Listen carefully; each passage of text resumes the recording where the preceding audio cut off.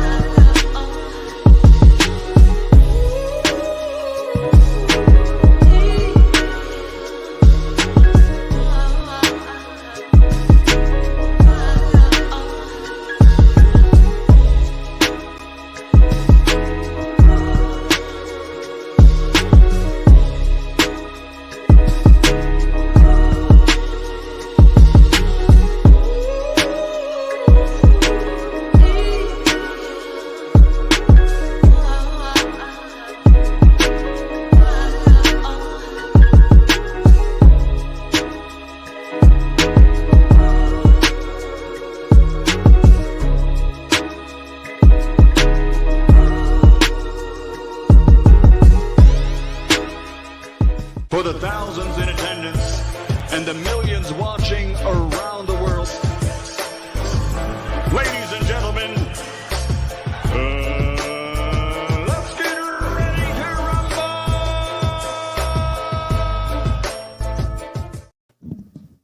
Yeah. What's up, man? It's our Coach Malachi Williams in the building. We back.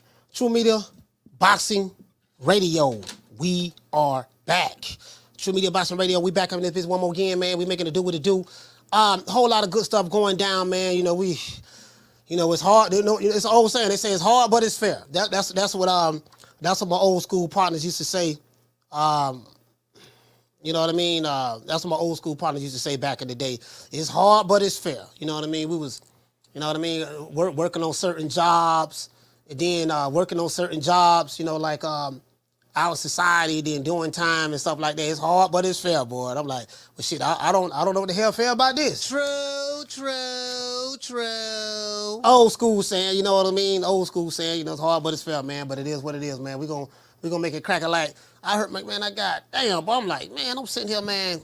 I'm gonna have Steve Kim on the show today. Steve Kim will be on the show today, and Rick Glazer will be on the show today. So Steve will be coming on probably at the 45-minute mark of the hour. And then Glazer will come on at the half an hour mark of the next hour. You know what I mean? So he'll be on at 4:30 our time, East Coast time, and 1:30 West Coast time.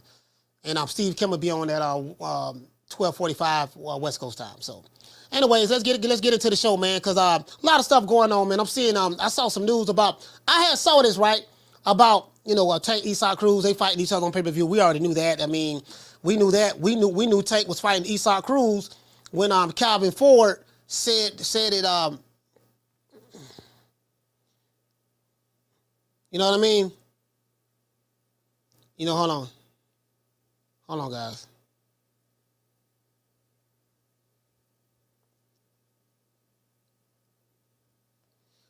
Yeah. So.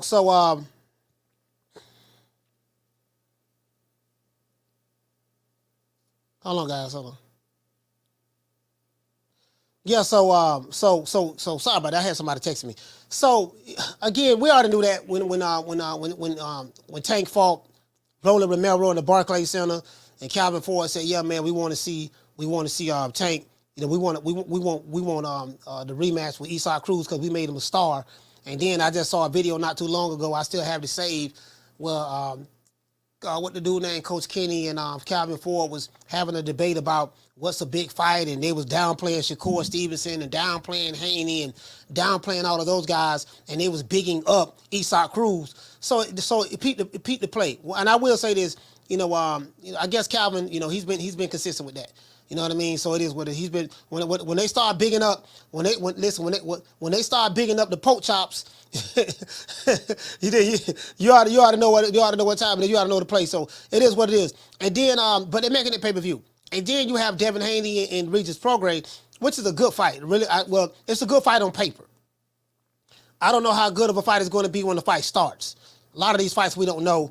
But so far from what I've seen from Regis, outside of his last fight, he didn't look impressive at all. But outside of his last fight, so far what I've seen from Regis, he be spot on when he's fighting. You know what I mean? When he's fighting these top guys or whatever, he does come to fight. Some people felt like he did enough to win the Josh Taylor fight, and some people felt like he didn't. But that's neither here nor there. And then Devin Haney, he didn't. You know, he won a dominant performance against George Kambosos in the first fight, but he did a whole lot of holding. You know, he just just kept holding. So a lot of people didn't like that. But then in the second fight, I think he did very well. I actually like the second George Kambosos fight that Devin had. I like that better than the first one. The second one, he wasn't doing no holding really. He was really like walking George down and Kambosos down and really trying to get him out of there. He just didn't have any punching power to get him out of there. The Lomachenko fight, the Lomachenko fight, I think that fight could have went either way. If you're a diehard Devin Haney fan, of course you feel that Devin Haney dominated Lomachenko. I don't feel that way. And then if you're a diehard Lomachenko fan, you feel like he dominated Devin Haney. I don't feel that way. It was a close fight. People been going back and forth on that. Now, the question is this. These fights that's coming up on pay-per-view, we do have the Benavidez, that fight coming, and Andrade coming up on pay-per-view. All of these are non-pay-per-view fights.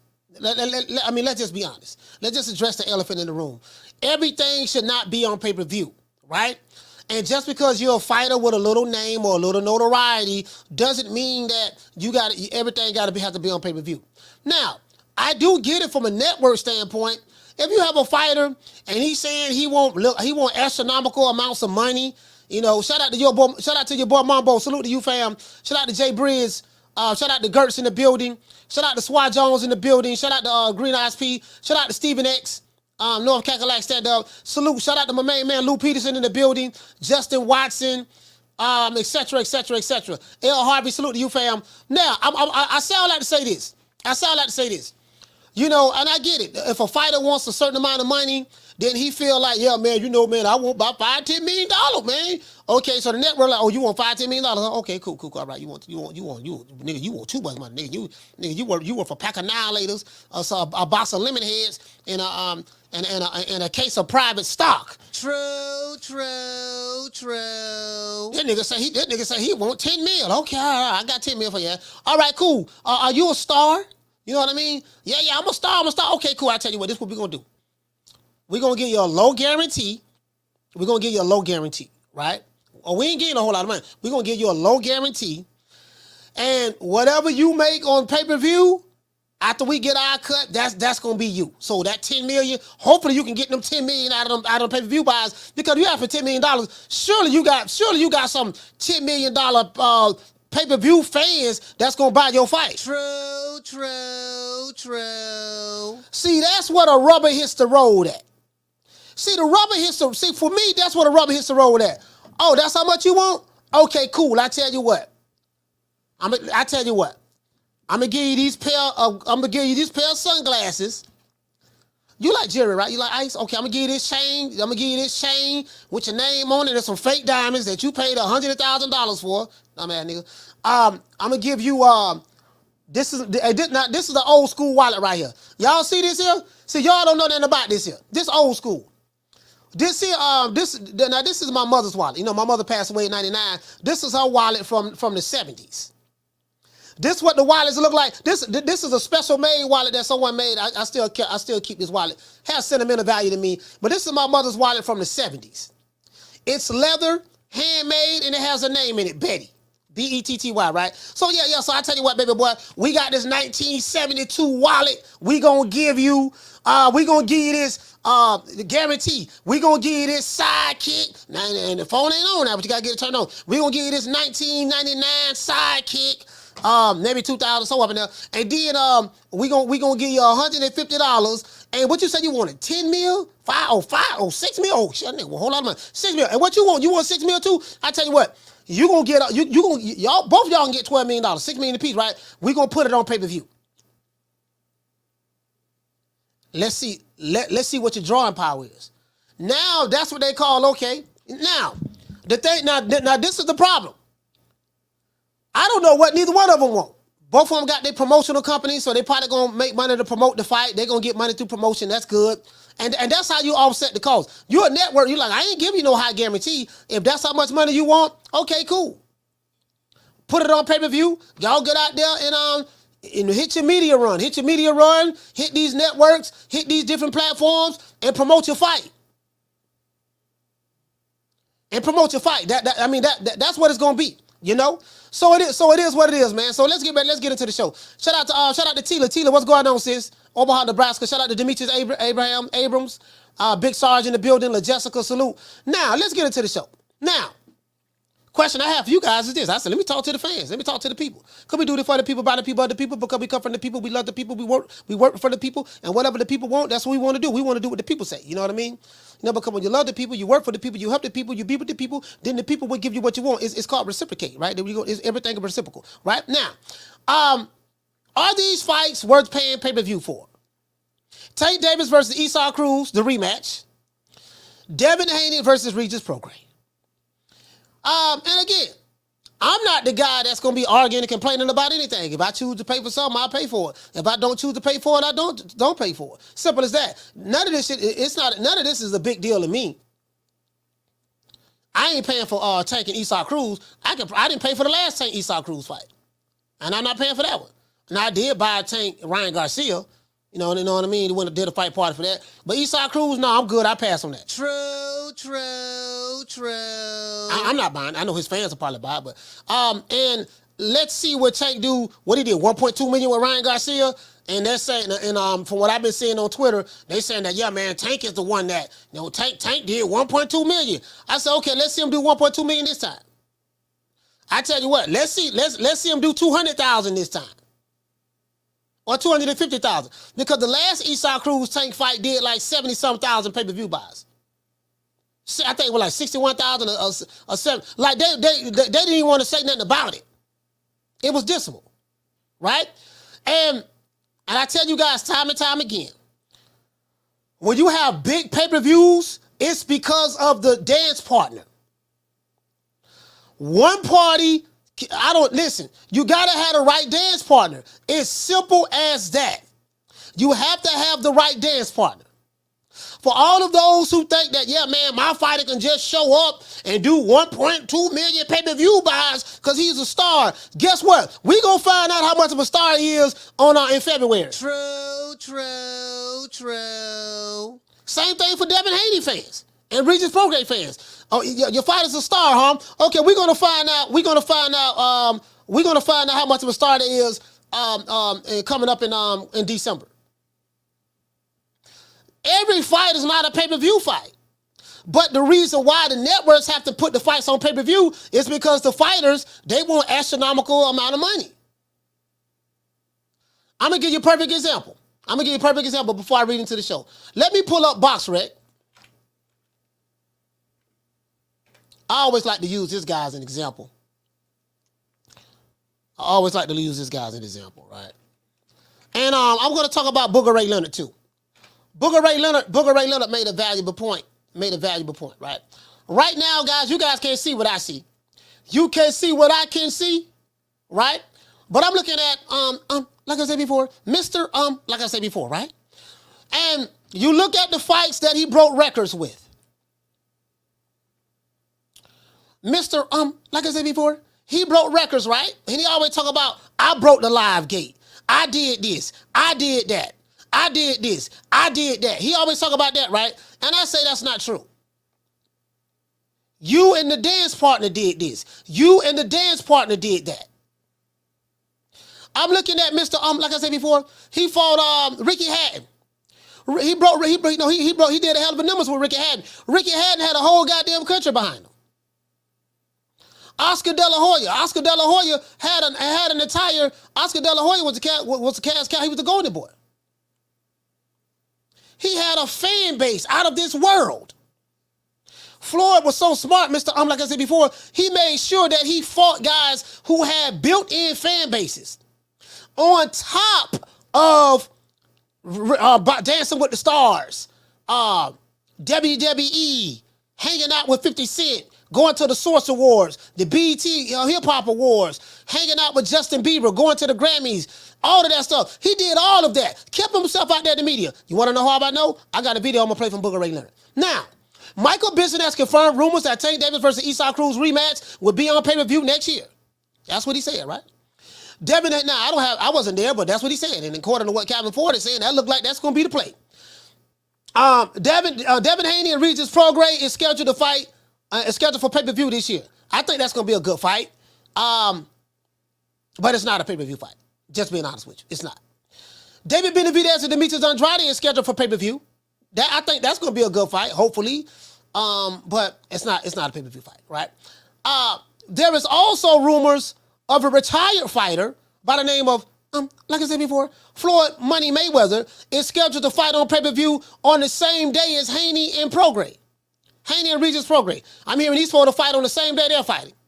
And there's content creators out there who are pro Bill Haney and Devin Haney. They feel some type of way about that. They feel some type of way about, hey man, goddamn man, why Floyd is a retired fighter, why he got to be fighting on the same day Haney and Prograis fighting. Well, Floyd is a retired fighter. His star has diminished tremendously, and Floyd Mayweather fighting on that day shouldn't affect Haney anyways. If Haney and Prograis is the star that their fan bases are saying they are, then it doesn't matter if a retired fighter is having an exhibition match on the same day that active fighters are having exhibition matches. If these guys are the stars that you say they are, they should be able to draw and do their numbers anyways. True. Because let's be honest, don't nobody pay to see Floyd exhibition matches anyways. Who paying for that? Nobody. No, nobody over here in America any goddamn ways. So I mean, let's be honest. Listen, nobody's went live on. Oh shit, Floyd got the exhibition coming up. Let's do a fight party. Ain't nobody talking about it on the street nowhere. Dudes I talk to, man, I heard Floyd still fighting. Man, he having exhibition matches. Who nobody like his era has came. He's done. You know what I mean? To be fair, right? Now, David Benavidez and Andrade, they scheduled for pay-per-view as well. There are also rumors of, as I said, the retired fighter, Floyd Money Mayweather, scheduled to fight on the same day that Haney and Prograis is fighting, right? Now, last year, Booger Ray Leonard said from his research, and I have the receipt, I'm going to play the video, only 200,000 hardcore boxing fans buy pay-per-view. That's what he said. Leonard says in order to attract more fans to buy the fights per pay-per-view, you have to be creative enough to attract the casuals. So my thing is this here. Let's say Booger Ray Leonard is right. In order for you to attract more fans to buy these pay-per-view fights, you have to be creative enough in order to attract the casuals. Now some fighters don't have to do that. But it's always your dance partner. Tank Davis and Tank Davis and Isaac Cruz, I can promise you that shit gonna go triple wood. Quadruple aluminum. I can promise you that. We saw what happened in the last fight. I can promise you that. It ain't gonna do no 500,000, no 400,000, no 300,000. Listen, I doubt if it do 200,000. I seriously doubt that. So what are they going to do creatively to attract the casuals in order to get those numbers up? I have no idea. We will find out. And as it relates to Regis Prograis and Devin Haney, they have a fire promo. I'm excited about that fight on the strength of the promo. The promo is fire that Haney and Prograis have. They're trending on the right foot. Love the promo. I love the promo. Will it be enough to attract the casuals? I have no idea. I'm hearing that, I'm hearing that Haney's last fight with Lomachenko did like 150,000 pay-per-view buys. Which, which ain't bad. Well, I don't think it's bad. I don't think it's bad. You know what I mean? 150, I did less than 200,000, right? So it is what it is. I'm anticipating Haney and Regis Prograis might do less than that. Because as much as I like Regis Prograis, he's a great fighter. But he's not a draw. Just being honest with you. And I know if he heard this interview, if he heard this show, he'll probably be mad and upset, and that's fine. Regis Prograis is a nice guy. I met him in Omaha, Nebraska. He's a really, really nice guy. Really nice guy. But, I'm just being honest with you. And Devin Haney, he has the backing of the Alphabet Boys online. And Bill Haney does a great job in going to the Boxing Voice, going to the Alphabet Boy community, going to the Whole Money channels and stuff like that to keep his son name out there. And Haney does a good job in buying his jewelry, showing which watch he bought, stuff like that. They do a great job in doing that. So I take my hat off to him for that. But is that enough? Is that enough to make, would that be enough to push this fight? In order to bring the casuals, according to Booger Ray Leonard standards, right? So I want you guys to hear this video about Booger Ray Leonard. The part that I think is missing from this equation. Now check this out. Booger Ray Leonard said last year that only 200,000 hardcore boxing fans buy pay-per-views. Leonard said that in order to attract more boxing fans, in order to buy the fights, he said you have to be creative enough to attract the casuals. Let's stop right there and let's continue. The part that I think is missing from the equation is this. Fans feel promoters are force-feeding the public non-pay-per-view fights and putting them on pay-per-view. True. There's also, there's also have to be a demand for the fight. If there's no demand for these non-pay-per-view fights, how do these promoters, fighters, and networks expect to be successful as it relates to selling a whole lot of pay-per-views? The boxing fans the ones who you're trying to attract to buy the fight, the boxing fans didn't ask for the fight. And then two, okay, we're gonna watch the fight. How you gonna force feed me your fight that I didn't ask for, but it's a good fight, but it's not a pay-per-view fight. It's not worth $80, not worth $90, not worth $79. Like a lot of these fights would have been on HBO After Dark, Tuesday Night Fights, Worldwide Sports. It'd have been on that. Saturday afternoon fights, these are the type of fights that they're making pay-per-view. You get what I'm saying? Again, I'm not complaining at all. They can put every fight they want on pay-per-view, any fighter. I don't care. I'm not complaining. But guess what? I dictate what I'm gonna do with my money. True. I dictate what I'm gonna do with my money. Dog, you could put every fighter on the planet Earth on pay-per-view. Guess what? That don't mean I'm gonna buy that shit. I ain't gonna complain. You ain't putting no gun to my head. And I hear some of these niggas online. Yeah, y'all be talking to boxing fans. Y'all say y'all boxing fans, y'all hardcore boxing fans, but y'all ain't buying the fights. No hoe ass nigga. Just because you don't dictate to me what I do with my money. I pay for value. I'm not gonna buy something because a fighter's fighting on a certain network or a fighter has so many Instagram followers. I pay for value. And guess who determined the value? Not the fighter, not the promoter, not the network, me. The guy who you asking to spend his $85 or $90. I determine the value. And if I feel that this fight is not worth my money, nigga, you can't shame me into doing the motherfucking thing. True. Simple as that. There also has to be a demand for it. If there's no demand for these fights that are non-pay-per-view, how do these promoters, fighters, and networks expect to be successful? HBO saw the writing on the wall years ago, so they left. Now, Showtime is tapping out as well. Are there fighters demanding too much money? Maybe so. Or are promoters and networks being too greedy? I have no idea. Fighters in today's time don't do a good job also in building their brands. See, Floyd Mayweather did a really good job in building his brand. These fighters ain't doing that. And then Tank Davis benefited tremendously for being associated with Floyd Mayweather. So he got that. So Tank fans, in essence, were Floyd fans, basically, right? But fighters in today's time, they don't do a good job in branding. They don't do a good job in building their brand. That's another issue all within itself, right? It's cool to be, I can fight, I can just box, I just want to show up and box. All that's cool. But you can't have it both ways. You can't say you following the Floyd Mayweather blueprint without doing the things that Floyd Mayweather did, Money Mayweather, and then you get upset when you go pay-per-view and your shit go triple aluminum. True. You niggas ain't going diamond. You niggas ain't going triple platinum. You niggas ain't going platinum. They ain't going gold. They ain't going bronze. Niggas going quadruple copper. True. What I want to know is this, guys, in the eyes of the boxing consumer, you guys in this live today, should fights that have no demand from the public be put on pay-per-view? That's one question. Is Leonard Ellerbe right about the 200,000 fans that only buy pay-per-view per year? Now, he said he did his research on it. Rick Glazer will be on the show at the 4:30 mark, and also Steve Kim will be on in about another 20 minutes.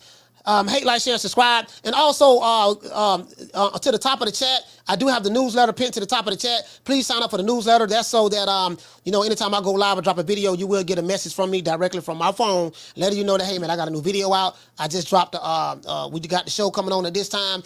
Please check it out, because YouTube don't always send out the notifications. You are now rocking with the hottest boxing podcast in the land. True Media Boxing Radio with your host, Coach Malachi Williams. True. Now, before we get into the show, we got to say all praises due to the Most High, the Most Exalted. And I say this facetiously because I know you got some of these niggas that's suffering from daddy issues, and they got the invisible man as their daddy, like Charlie's Angels. But the greatest human being on the planet Earth, Mr. Al Heyman. Well, I guess I gotta be like everybody else and sing Al Heyman. I can quit my job now, baby. 6 figures, baby. You feel me? I'm about to But a name. Do you have a name? Oh, nah, I ain't got no name, Name them names, man. They know who they is. Name them names, please. The names need to be named. They know who they is. The Mexican Monster. It is what it is, man. The Mexican Monster, it is what it is, man. Also, guys, another thing, too, man. If you're sitting here watching the show, hate watching, we got 385 people in here. We probably going to have about 500. If you're sitting there watching the show, hate watching, don't want to hit the like button, Riley, get him. Look, fuck you. Fuck the plane you flew in on. Fuck them shoes. Fuck the socks with the bell on it. Fuck them cheap-ass cigars. Fuck your yuck mouth teeth. Fuck your hairpiece. Fuck your chocolate. Fuck Guy Ritchie. Fuck Prince William. Fuck the Queen. This is America. My president is black and my Lambo is blue, nigga. Now get the fuck out of my hotel room. And if I see you in the street, I'm slapping the shit out of you. And I do know we got a bunch of cream corns out there. You got some cream corns out there, man. So it is what it is. Some of these niggas need to get slapped. What you jumping up here for? You ain't gonna do nothing. You about to get slapped. Whatever, you ain't gonna do nothing. Do it again.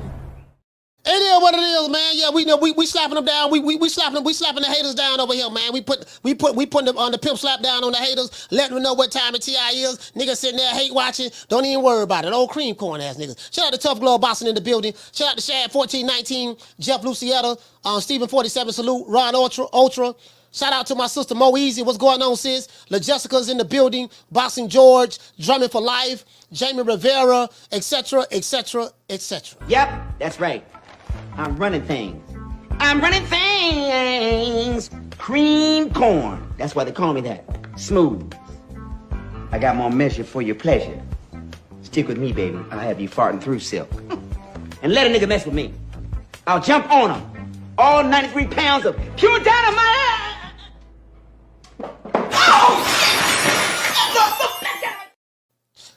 All right. We got cream corn. Hey, and guess what? And let a nigga mess with me. Hey, Brian, gonna lie, that shit that was funny. Hey, listen, I don't see Black Dynamite. I probably saw that movie about 3 times, bro. That movie is probably one of the best comedies I've seen, bro. Bro, like, bro, listen, Black Dynamite, man, is hilarious, bro. Like, bro, it's like a comedy based on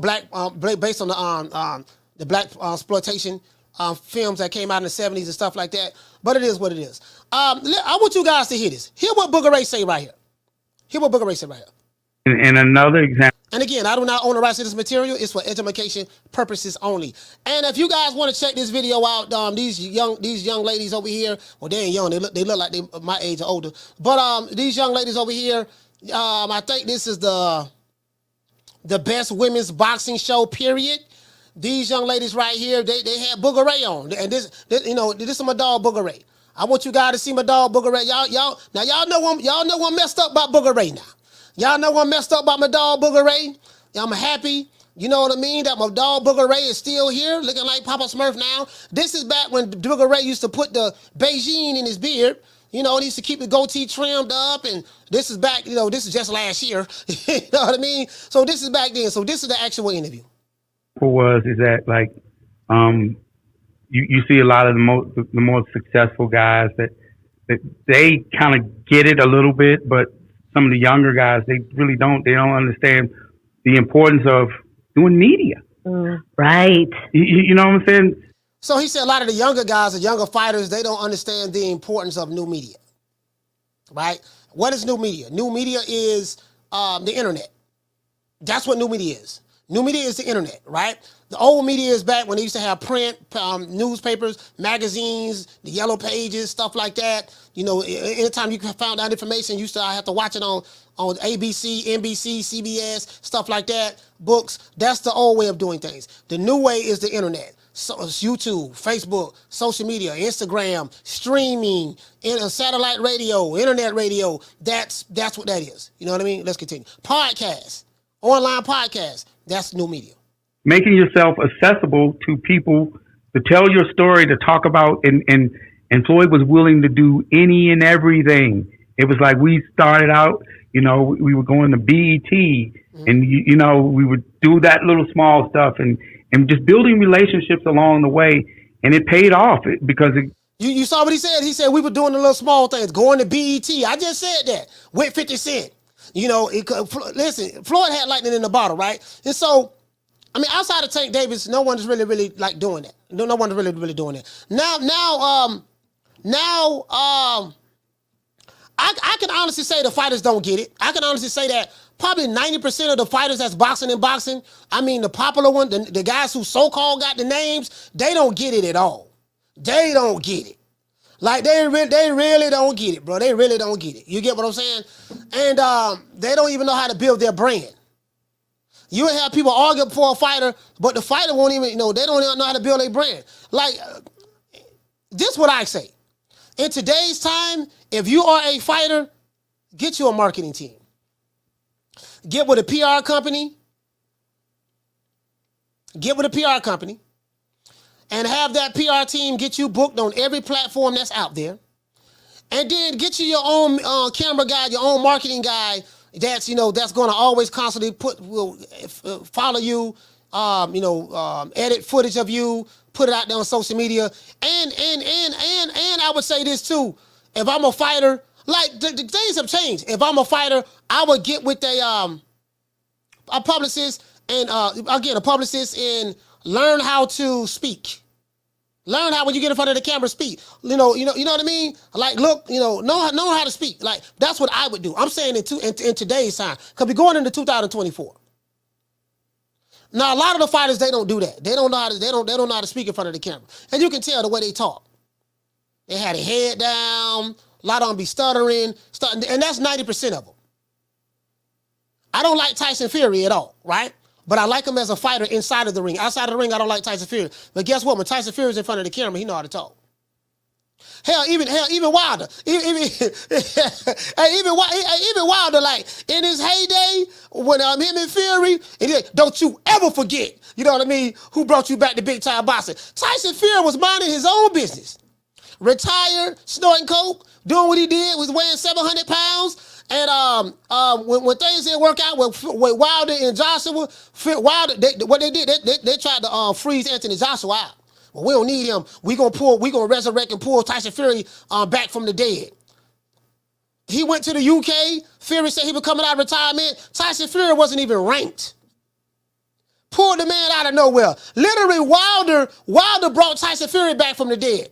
Because they thought it was sweet. Yeah, what we gonna do? See, we ain't fuck Johnson. We ain't worried about Johnson. What we gonna do? We gonna get Tyson Fury. And since Tyson Fury beat Vladimir Klitschko, once we knock him off, then we can then our fan base gonna say, now you saw what Wilder did to Fury. What you think he would have did to Vladimir Klitschko? And that's what that's what the plan was, right? It just didn't work out that way. True.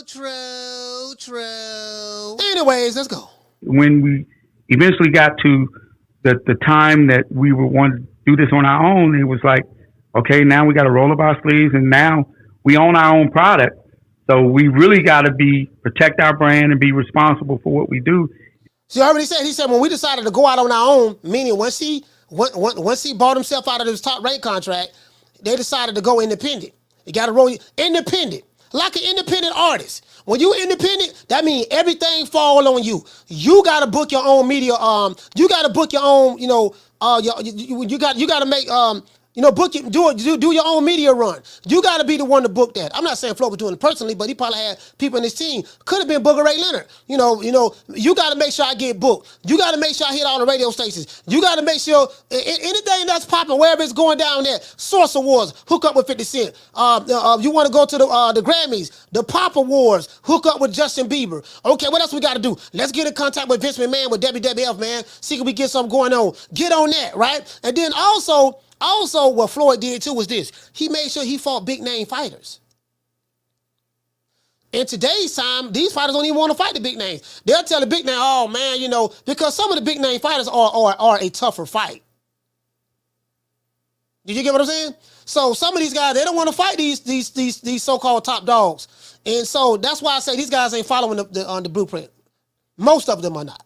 Put great content out there and everywhere we went, please, and now we own our own product, so we really got to protect our brand and be responsible for what we do, and put great content out there. And everywhere we went, we were filming everything and just talking to everybody, and it was the little steps along the way, because boxing as a whole, it's just a small market. That's why it's such a niche sport.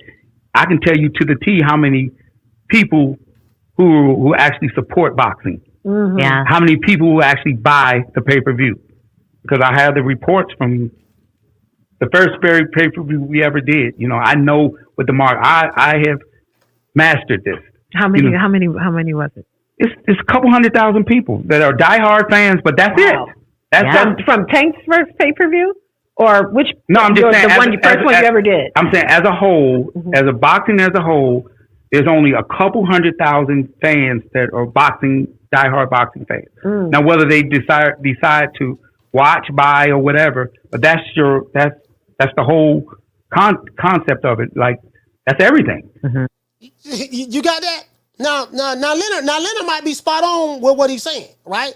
Check this out though. You know what I mean? So independent, like my man T. Seal said, that means you got to pay for everything. You the boss. If you independent, that means you the boss. You make the decisions, you cut the checks, you front your money, you put your own money up. Anytime you don't, and listen, if you're not putting your own money up, you really ain't the boss. Because you always gonna be beholden to the one who's paying you, who's pulling your purse strings. The person who put the money up is the boss. If you independent, but you sign on to a major network or whatever the case may be, yeah, you the boss, but guess what? That network is more so the boss than you are. You want to know how I know that? Because if you don't do what that network tells you to do, guess what? You ain't gonna get that money. True. If you gotta go to somebody to get money to pay for your fight, if you have to go to somebody to put money up for your fight, guess what? You are not the boss. That network is the boss. True. Anyway, let's continue. So that's as big as you're going to be unless you think outside of the box on how you're going to get more fans. Yeah. Okay. And we figured that out. We figured that out early on because, again, it's like this is what dedication is all about, and you having a great team is about. And not one person can do it by themselves. No. Right. Team. There's no me and team. Yeah, so you get what I'm saying.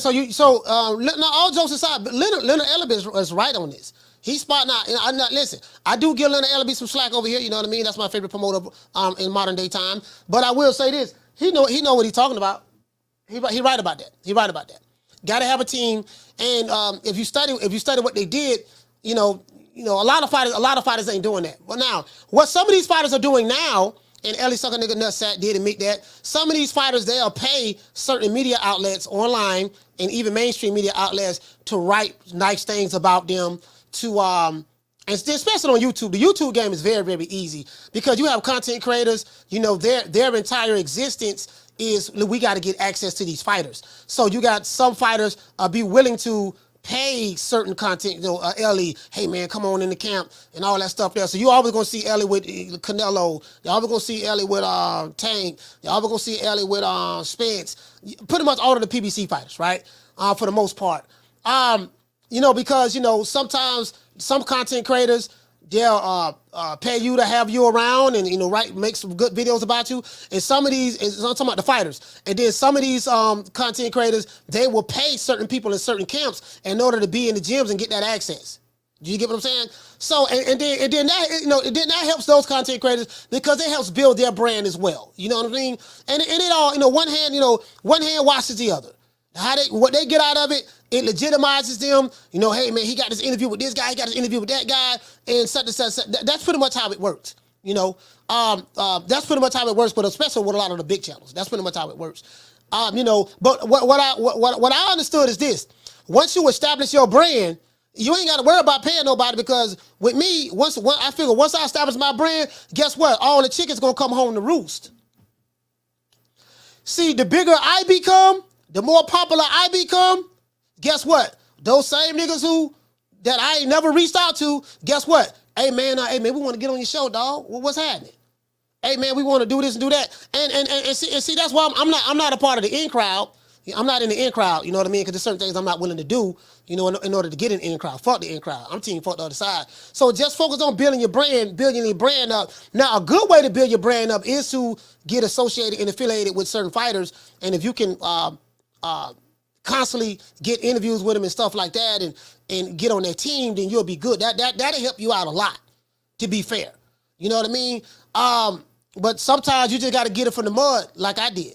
Just get it from the mud, and slow money for show money. But anyway, we got my main man Steve Kim calling the show right now. Hold on, guys. Once again, this song, we got my main man Steve Kim on the line. The most hated, most hated but never duplicated. Let's get this young man, a round of applause.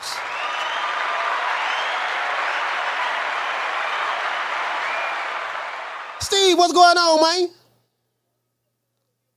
Hold on, Steve. Hold on, Steve. I got you on now. Okay. Go ahead. Okay. Coach, how you doing? Can you hear me? Yes, I can hear you real good now. I just want to say hello to your audience. Another great Southern California day. Sunny, low 80s, wearing shorts and sandals, heading over to the office in East LA. The birds are chirping. The grass is green. The sky is blue. The clouds are billowy. What a great day. What a great day in America. How's everyone going out there? How you doing, Coach? Oh, man, everything going good, man. Everybody, I reached out to a couple of people, man. Everything is going good. I spoke to Kid Austin and his dad. Everything is going great with them. Just reached out to a lot of people, checking on them, making sure everybody all right. I have to do a lot more of that because I really don't do that. Like I need to do more of that. Just check on people at least once a week, make sure everybody's okay. Everybody that I'm affiliated with. But I'm good, Steve. I'm good, man. I'm good. It's there's not too much going on. This weekend the fights are kind of There's probably the most nondescript, anonymous title unification bout that I can remember on ESPN, and then also on Showtime as they show Tim Tszyu. Coach, this could be the last Showtime boxing broadcast ever. Not on pay-per-view. No, you mean? Are you? Hold on. I'm hearing. Hold on. Wait. Repeat that. You saying this may be the last one? This may be the last non-pay-per-view broadcast. Yeah. Because look, you know what they're going to be doing in the next couple of months. Yeah. Taking everyone's money that wants to partake. But if you look at the actual schedule, like that show with Subriel Matias, I believe, is now being shifted onto the David Benavidez undercard. That's good. So it should. It should do that. Yeah. Right. So I don't know if Showtime Championship Boxing will even have a regular broadcast after this weekend. Yeah. So from what I've heard, they're just going to be doing pay-per-views. So if a promotional company wants to use their platform to put on a pay-per-view, they don't have an issue with that. Because they're not fronting the money.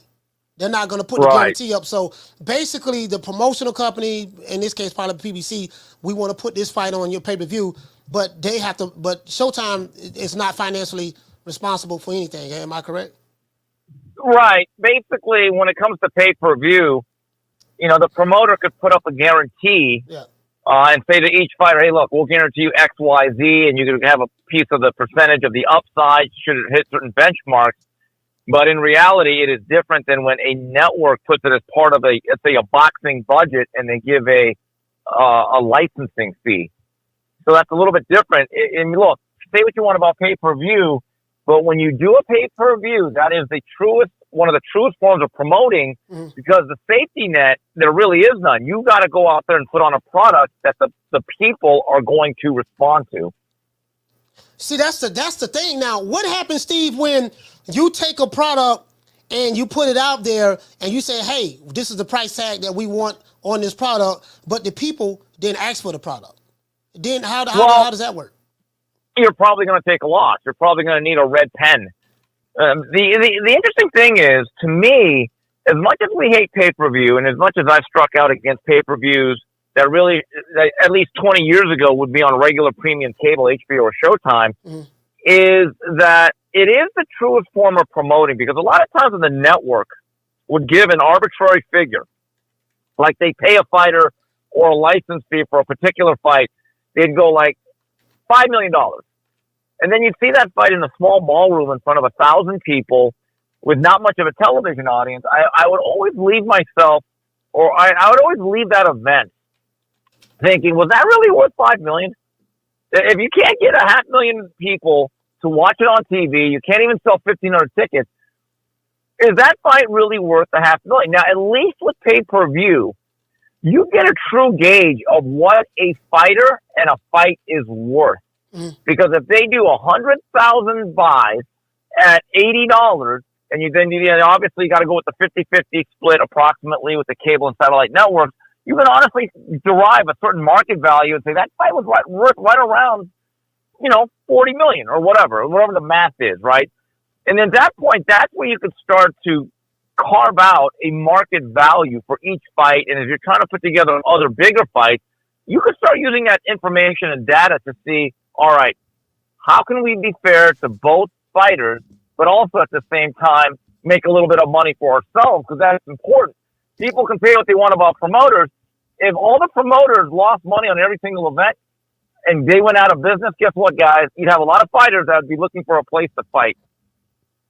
So you hear fighters like, and okay, let me pivot a little bit. Do you feel that the Haney Regis Prograis fight is? Do you feel that's a pay-per-view fight, Steve?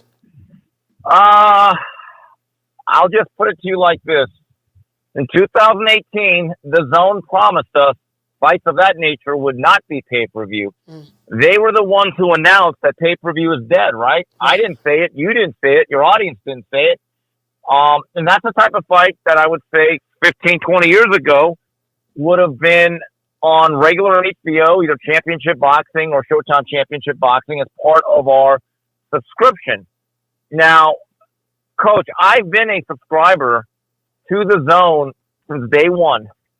And what I'm finding is that my subscription fees are getting higher and higher, and I'm getting less and less value from that money. I'm not happy. So would I say that, look, if it's Canelo, David Benavidez, I say that's pay-per-view. They would not get an argument from me. But when you are saying, well, that fight's on pay-per-view because both fighters want to get paid a lot. That's different. Yeah, why is that my problem, though? No. Why is that my problem? I mean, we need to get back to some economic sanity here, but good luck to those promoters, because they're the ones putting up that exorbitant amount of money to bring both sides to the table, and there is some risk to them. But again, as a subscriber to the Zone, something about that thing, it does bother me, because you were the ones who said pay-per-view is dead. I never said it, right? Right. I've through every single price hike of the Zone, I've dutifully signed up, and I said, okay, I need this. It's part of my job. I got to watch the fight. You know what's funny? As someone who does not watch that misfit stuff and the influencer boxing, I'm not watching it. I'm not getting paid. Yeah, thank you. My time is worth something more than what you think. There's something about that bothers me, and I've generally gotten along with the Zone people, but if they ever wanted to talk to me about it, I'd lay it out. I said, look, you're the one who overpromised and under-delivered. Right. This is not a me problem. This is a you problem, because I know this, though, Coach. A lot of people agree with you and me. Right. Hey, Steve, influencer boxing. I had a guy call here yesterday. I can't make this up, Steve. And shout out to my main man, Garmo from LA, man. He's an Asian kid, man. I think you might know who he is, because when I was in LA, he was trying to link up with me when I was there, but I just didn't have the time. And he was like, yeah, I've been trying to catch up with Steve Kim. Anyways, he said that he don't want to see Canelo doing any more ducking and cherry picking. He want to see Canelo fight David Benavidez. These are the 3 fights he wanted. I can't make this shit up. He want to see Canelo fight David Benavidez. If not, fight Terrence Crawford. If not, fight Jake Paul. Jake Paul? What? Okay. Hey, he was dead serious. And before he ended the call, he said, oh, yeah, man, Jake Paul. Yeah, man. And I'm like, bro, how? Like, these are two different worlds. You taking an influencer boxer, a social media boxer, and you saying you want the cash cow, the sport of boxing, to fight an influencer? Come on, man. You can't make this shit up. And, in the words of Meatloaf, 2 out of 3 ain't bad. Look, the whole Jake Paul thing, I'm not against it, but I have not paid attention to that in at least 2 years. It was a novelty. I peeked my head into the tent. I'm good. I believe in capitalism, but capitalism also gives me the right as a consumer to say, no, I'm good. I'll be watching boxing tomorrow because that is still my job, or it's still a couple of my gigs. But I'm not going to lie, my main focus will be on college football. But, but I simply do not have time to watch KSI against whatever Paul brother that is. It's just, but it's, Coach. Rick, they got doggone job. I saw one of the like the weigh-in, right? They got a glass right there. John Fury just so predictable. He's taking his shirt off, punching the glass, doing all of this. I'm like, dude, we know it's an act. Like, but you know what? In that world, I think that works over there in that world. But like you say, the social media boxing, I haven't caught on to it yet. I have some people in the chat that really, really like Jake Paul. I just haven't caught on to it yet, bro. Like, and that is certainly their right to like it, to support it, and to watch it. And it is certainly my right to ignore it. I don't get into big arguments over the impact of it. I don't think it's all that much of an impact, to be honest with you. I think it's great for the pocketbook or the bottom line of Jake Paul. Yeah. I don't know if I've really seen this incredible influence or impact on regular boxing. Boxing still has its same issues. It's not like Jake Paul's financing great fights. He's financing his own events, which is absolutely his right. Which is right, yeah. But going back to the original premise of, is Devin Haney, Prograis, a pay-per-view fight? Well, in reality, it is. The question is, how well will it do? My guess is it'll probably do 100,000 pay-per-view buys or less. So if you want to use that as a traditional gauge of how many people are actually willing to fork out another $70 to $80, I would say no. But the reality is, though, Coach, yes, it is a pay-per-view event, unfortunately, or for better or worse. Okay, so wow. Okay, so that leads me to something else. So I think it's going to do. You know when the record business ain't when the album does well, they say we went platinum, or double platinum, or triple platinum, or we went gold. I think this pay-per-view is going to go quadruple aluminum, and because and I like Regis Prograis, nice guy, but he doesn't really have a fan base. No, he doesn't. And he had Coach, he had problems selling tickets in New Orleans. And I really like Regis, but he's been so inactive, never really had a fan base built for him. Yeah.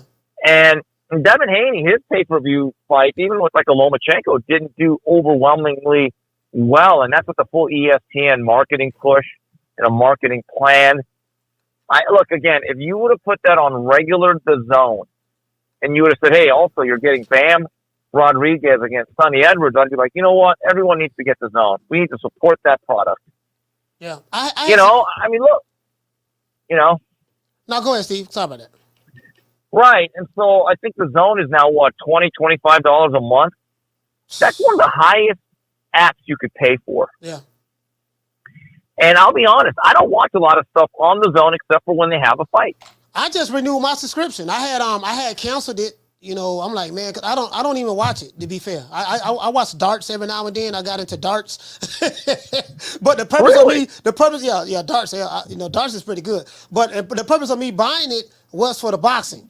And I found myself watching less and less, of it. If it's a fight that comes a part of my subscription, yes, I watch it. But if it's on pay-per-view, I'm like, I really don't know about this one. But I had just canceled it not too long ago. Probably about last month I canceled it. And then, 2 months ago I canceled it. And then I think I renewed it again because, I'm paying like $20-some a month or over $200 a year for it, but I'm hardly watching it. I really don't. I'm hardly watching it, so I'm like, damn, I ain't no need of me let me just keep taking money out, and I ain't really watching the shit. So let me go ahead and let me. I mean, Coach. Go ahead, times when I'll go to the zone, like the Zurdo Ramirez Joe Smith fight, I had to watch that. Yeah. Right after. Me too. Watched that on Saturday night. And I was just kind of looking around the website. I was like, wow, I hadn't been here for like a full month. I literally had not punched up the zone for about a full month or so. Because basically, unless they have a live fight that I care about, you're right. It's not like an ESPN Plus that has the 30 for 30 library. They have some of their daily shows. They have other things, right? They put on the top-ranked undercards, and those are pretty good with the prospects. But I literally can go months without ever punching up the zone. If you really look at their activity the last year and a half, 2 years, there's less and less of those major cards that were once headlined by guys like Gennady Golovkin, Canelo Alvarez, Anthony Joshua. Just look at the calendar for your past year or so. It's telling. Yeah, it seemed like Anthony Joshua, maybe he's still popular and big in the UK. I don't know, but it just seemed like he fell off big time. And I could be wrong. I could be 100% wrong, but it appears that just seeing him in certain interviews, and, the way he talks, and he's not really sure of himself, and this and that, and it just seemed like the DAZN app, and then with Showtime, they're done. They're not going to have a boxing program where they're just putting on free boxing anymore. Everything's going to have to be pay-per-view. It brings me to Tank Davis and Isaac Cruz. Now, we knew that Tank was going to fight Isaac Cruz. Now, like if I was to bet 99% of my wealth, whatever that may be, I bet that, he probably going to be fighting Isaac Cruz, because after Tank fought Rolly Romero at the Barclays Center, the first name that Kenny, what's the name? What's his name? Not Coach Kenny, but Tank Davis' trainer, Calvin Ford, said was Calvin Ford. Yeah, he said, yeah, man, we want to fight. Ellie Setback asked him, who you want to fight next? He said, if it was up to me, I want to see Youngin fight. Talking about Tank fight Isaac Cruz, because we made him a star. So he want to fight because we made him a star. That's what he said. I don't know where Isaac Cruz is a star at. He ain't even a star in Mexico. So, but hey, I don't know. They say he's a star, so be it. But then now we're hearing that, okay, Michael Benson said on Twitter that, hey, that fight is going to be next year, part of the first quarter of the year. That's going to be on pay-per-view. Now, I want to see what Tank. We got an idea what he was selling prior to Ryan Garcia. Now, when he fights Isaac Cruz, if I'm a betting man, Steve, they'll be lucky if they get 200,000 buys on that fight. Yeah, but Leonard Ellerbe will claim it did $500,000 on Twitter, so don't forget that. Of course. That.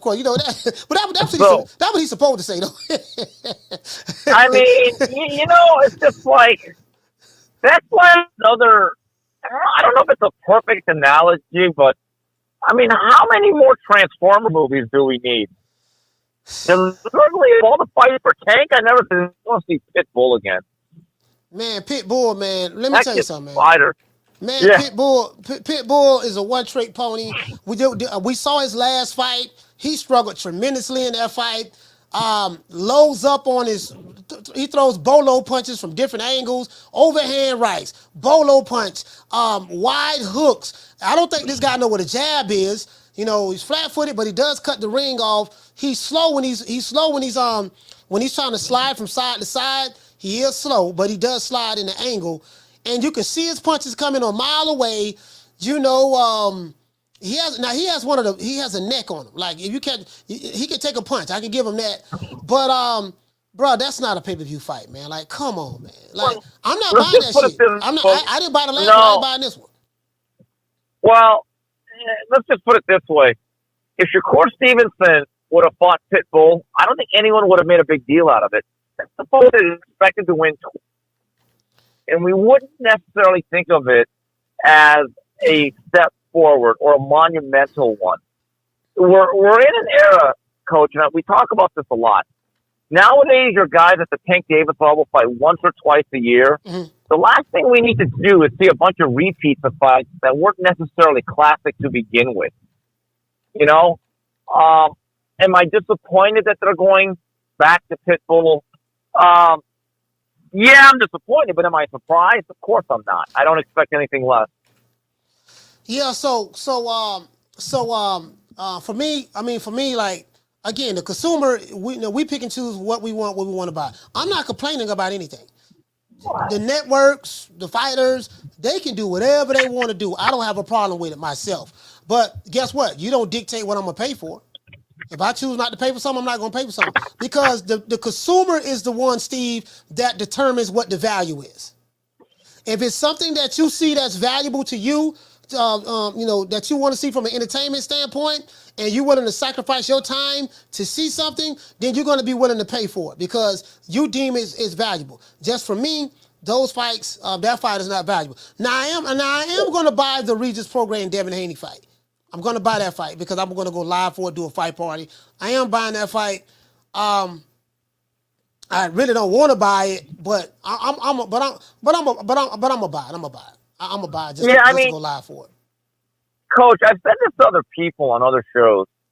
Boxing fans often have the belief, or they're guilted into it by other people with some agendas, that we have to support everything.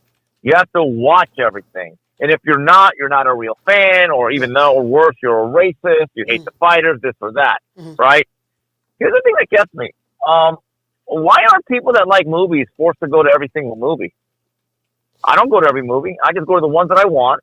And, when you go to a movie theater and they show you a half hour worth of previews, when I see a preview, I'll be like, you know what? That's a pretty good one. Other ones, I'm like, nah. Oh, that one's okay. I don't understand why boxing fans, when it comes to pay-per-view, are not allowed to have that same discretion. Well, I don't get it. This is the thing. On social media, you have fans who, again, you have these guys, they participate in, I say, Victim Olympics, but a lot of these guys, some of these guys, they participate, they do skin color politics. So you may have people who may say, hey, I'm going to buy a certain fight because this guy's white, or I'm going to buy a certain fight because this guy's black, or whatever. Now, that's not always, I'm going to tell you why that's bullshit, because, we're not a monolith group, right? Like, if a person wants to buy a fight, if you want to buy it based on anything other than non-boxing related, that's your choice. When I buy a fight, I pay for the fight because I see some value in it, and I say, you know what, this is going to be a competitive fight. These guys are going to fight for my money, because if you're doing pay-per-view, you're depending on me to pay. You're going to make money off of however many pay-per-views you sell. So you're depending on me to buy the pay-per-view. I determine whether I want to buy it or not, depending upon whether I see value in it. So whatever reason what a person want to buy a fight for or don't buy it, so be it. What you're not going to do is try to shame me into not buying the fight. Right. Whatever your agenda is, if you want to buy a fight because the dude look like you, buy the fight because he look like you. But don't motherfucking tell me that I have to do the same thing. And if I don't do it, you ain't no boxing fan. Who the fuck is you? I don't give a fuck what you think about me. Like, you get what I'm saying? Absolutely. the standard. And as you said, if these people don't have a double standard, they have no standard at all. But again, the same people that are crying for Showtime were the same people celebrating that HBO went out of the boxing business. That's the irony of it. But to understand hypocrisy or your own hypocrisy, you got to have a level of intelligence, which, quite frankly, is a little bit lacking in certain people. Let's be honest. But look, everyone knows what's going on in the world. The economy's tough. People don't always have discretionary income. People have budgets. There are probably more important things to spend money on. And then boxing. And shame on boxing for not being able to create a more sound business model for the consumer so that they don't have to overpay just to make the fight that we should be making. You know, I understand that there is a need for pay-per-view. It is a necessary evil. I've written it. I've talked about it. But when it starts to get exploited to a point where it has almost, I don't want to say like a hostage situation with the fans, but you are almost coercing them to always get it against their will. There's something about it that goes beyond supply and demand. Hey, you know, you hit the nail right on the head. Supply and demand. If there is a demand for it, you supply it. The problem is you're supplying something and that there's no demand for. You got Poke Chop Willie on the left fighting Godzilla.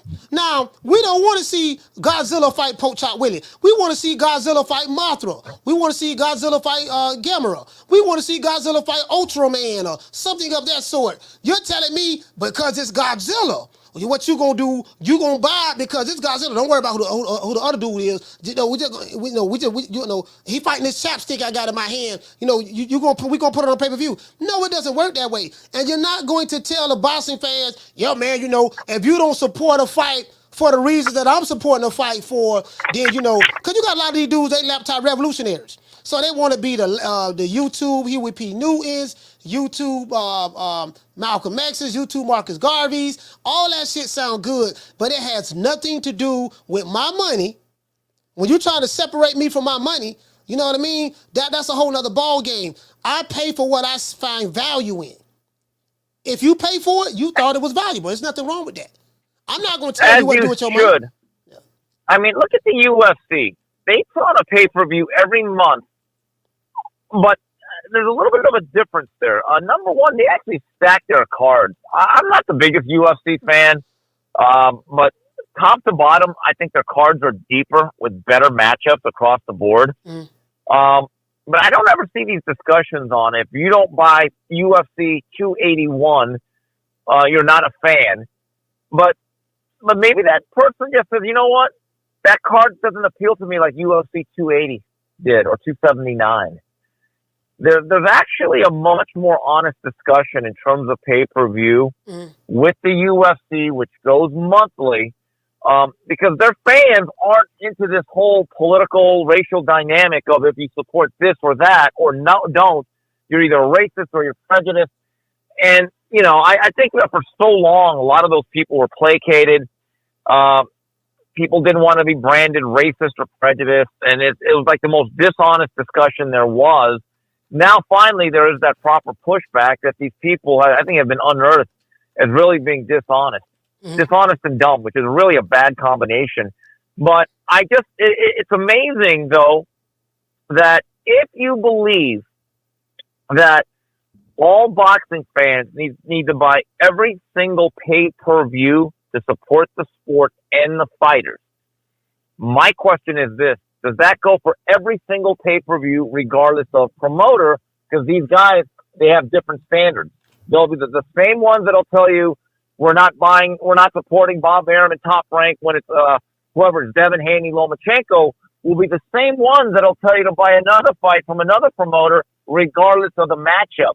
That's where, again, it's very, very dishonest what these people do. And you know what it is, Steve?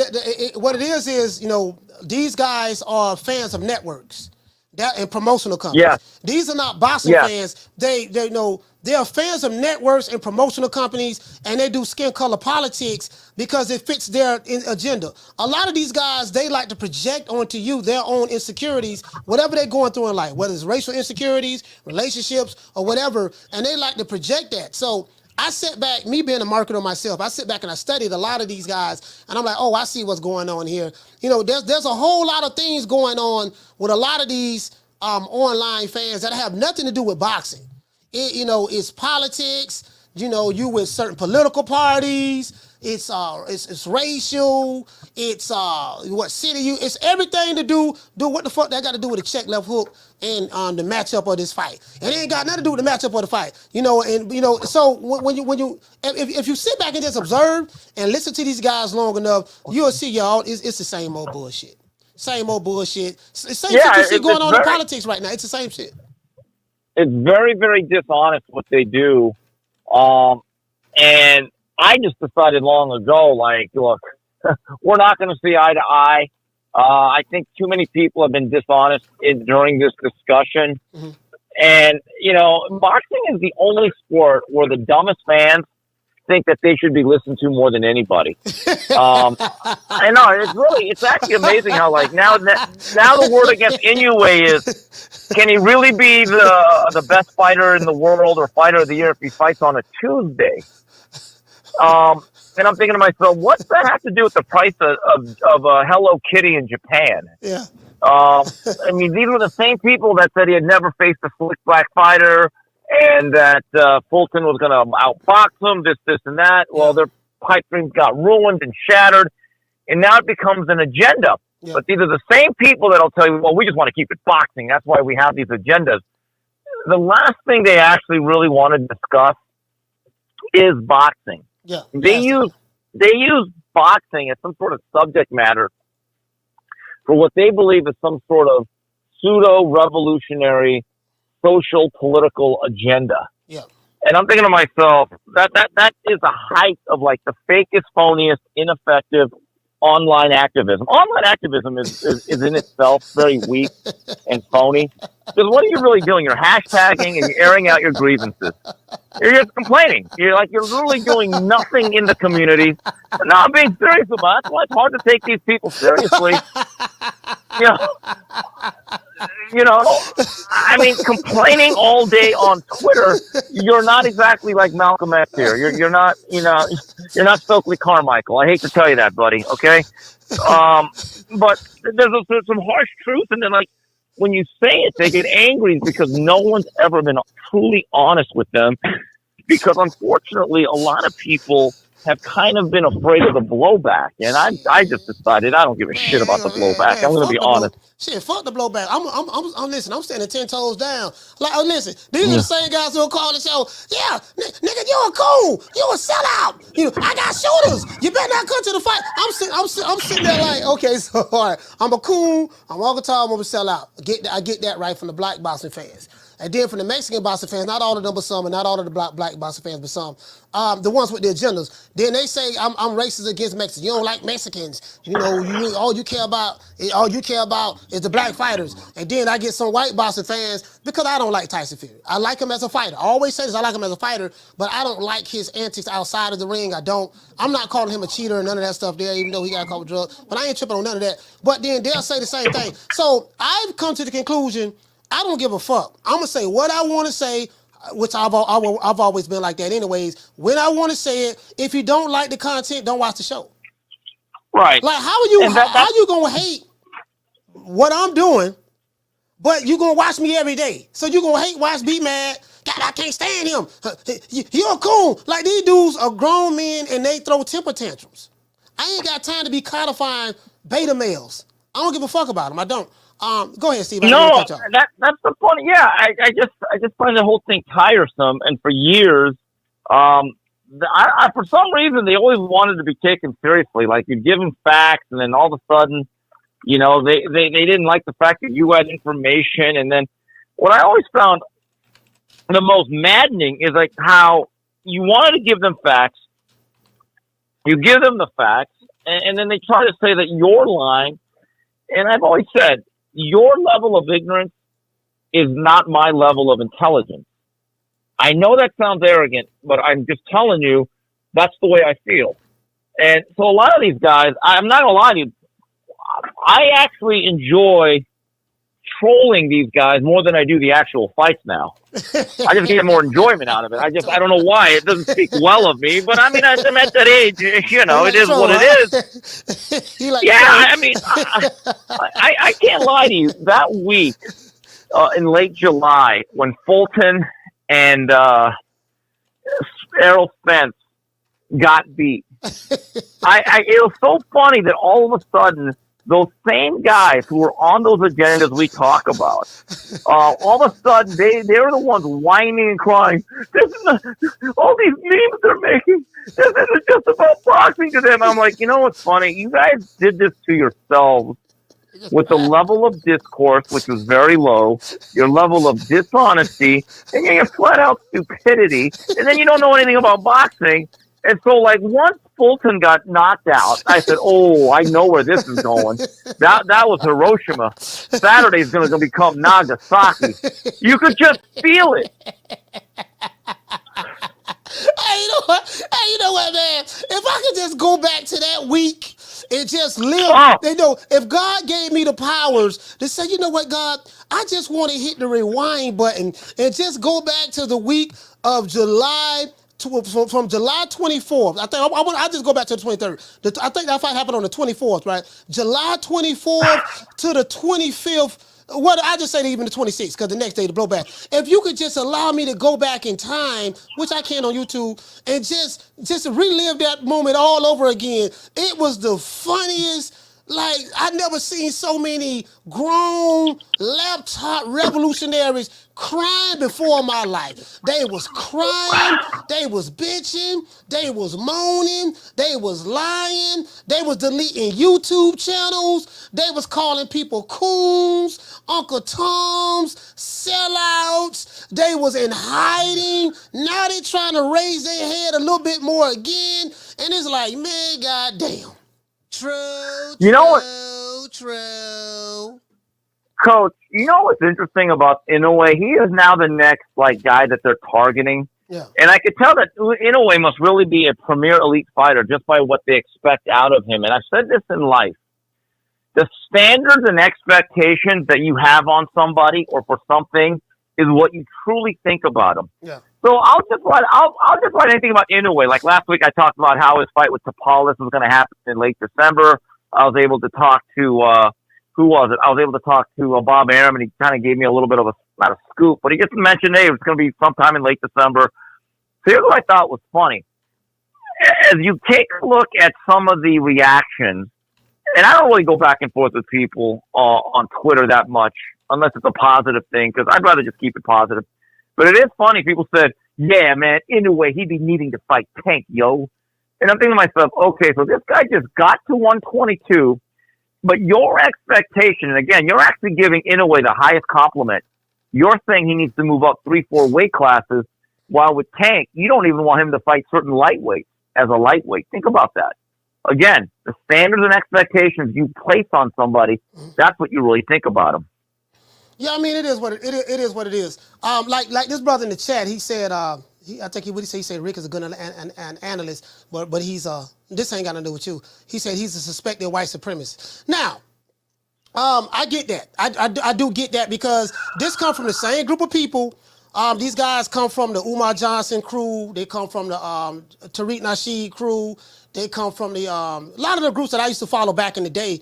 You know, like I used to be a part of a lot of these groups myself. So I do get it. You know, white supremacists. Now, I want the brother to call here. You know, FBA, I want you to call the show, and I want you to explain to me how Rick is a white supremacist. Like, give me some examples. I have not had anyone send me any receipts, send me anything of that sort. A lot of the stuff that you guys call racist, you feel that if someone is not your color, your skin complexion, and they not bowing down to you, or if they standing up for themselves, you know, not allowing you to put labels on them, then you say that they racist. So I say, give me an example. And then you guys can't give me no examples. So the phone lines will be open later on today. It's 530-494-9636. And just call and give me one example. As a matter of fact, Rick could be on the show after Steve. So you can call and say and just take your claim. Yeah, man, you're a racist. You did this, you did that. You said this, yada yada yada, blah, this quasi. Like, please do. I'm pretty sure you won't call the show. I know you won't call the show. I know you won't. Right. I mean, just complaining and being a perennial malcontent online. That to me is the lowest, most ineffective form of causing change, and is just constantly pointing fingers over people that don't have the same world viewpoint as you. Yeah. And this is part of the problem I have with the world today. Look, politically and socially, I think a lot of people probably disagree with me. And that's absolutely fine. That is part of the First Amendment, I think, that I cherish as a true American. But here's the thing. I don't even get upset for people having a differing viewpoint from me. Because what I will never do is force my viewpoint to be your viewpoint. Too many people, Coach, including some of your audience that hate watch or whatever you want to call it, they almost want to leverage you to agree with them instead of just saying, you know what, me and Malachi, I don't agree with anything he says, but I enjoy his show. They can't live with the fact, and this really is a form of narcissism, is that it's not okay to have differing viewpoints. They actually feel they have the right that if you do not agree with them, then you are racist, prejudiced, or a bigot. Who gives a and fuck? It truly is a low form of intelligence. I mean, I don't give a fuck what a motherfuckers think about me. I don't give a damn. Like, if you feel that way about me, why the fuck you over here watching me?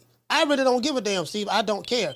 Like, ain't none of these motherfuckers been what I've been through. I was in the Nation for 25 years. I did security in different Cabrini Green projects in Chicago and all over the country, different places. Got trained by some of the top ministers and lieutenants and captains in the NOI, First Resurrection, stuff like that. Still have my general orders, my English C lessons, my student enrollment, all of my lessons. I don't practice it anymore because I don't think the way I used to think. But a lot of these guys, like, you just laptop revolutionaries. You saw Tariq Nasheed. That's where you got that FBA shit from. You saw Dr. Umar Johnson. You looked at some Army Raw Squad. I know you very well. Trust me, I do. And you don't know how to defend your position.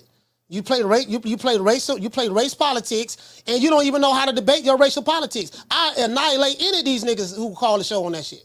It's just too easy for me because, you know, the fact of the matter is this. You know, you have good people and evil people come in all different color shapes and sizes. So if you want to push a racial agenda, fine, you can do that. But don't try to project onto me your beliefs. Those are your beliefs. That ain't your paradigm and worldview of the world. That's what you believe. Don't try to put that on me. We're not a monolithic group of people. You get what I'm saying? And again, if anybody feels some type of way about me, why the fuck you watching me? If you feel I'm a coon, why watch the coon? If you feel I'm a sellout, why watch the sellout? You know, if you feel I'm not going to push your racial agenda, why watch the guy who's not pushing your racial agenda? But they come over here, they watch me every day. So I don't give a damn. I don't care about the backlash. I don't care about the blowback. I don't care about pandering to any group. As far as I'm concerned, fuck the groups. Fuck the whites, the blacks, the Asians, and the Hispanics who feel some type of way. I don't give a fuck. 3 o'clock, they're going to be right over here watching. Right, and you know, the interesting thing is I think that a lot of these fans, or some of these fans, have been pandered to for so long, or we're in such an echo chamber, that they can't handle the fact that not everyone is going to have their worldview. Not only just the worldview of politics, society, or culture, but also just boxing. Mm-hmm. At the end of the day, there's probably going to be people out there that say, I think anyway, it's a little overrated. You know what? Here's the thing. If you say that, I'm not going to, I'd have a higher intellect and more ethical and moral standing than to say, well, you hate Asians. That's Asian hate. If I did that, I would slap myself silly. I'd be ashamed of myself. And another thing, I really would be. And another thing, none of that shit ain't got nothing to do with boxing. It don't have nothing to do with a check left hook. It don't have nothing to do with a bolo punch, ring IQ. It doesn't have anything to do with slipping and countering, the defensive maneuvers that you need in order to be able to win a fight. It has nothing to do with punching power, timing, conditioning. It has nothing to do with none of that. And it's like, damn, you hit the nail right on the head. What I realize, and I tell my audience this time and time again, these guys that's online on social media, they're not boxing fans. They are race hustlers. They are push racial narratives. Listen. They have racial insecurities. They have some of them probably have daddy issues. Maybe they grew up in a dysfunctional neighborhood or dysfunctional family. And what they do is it's all of those issues cloaked in the name of boxing. And if you let them to talk long enough, watch what they do, you'll see, oh, this ain't no boxing fan. This dude a laptop revolutionary. He can't.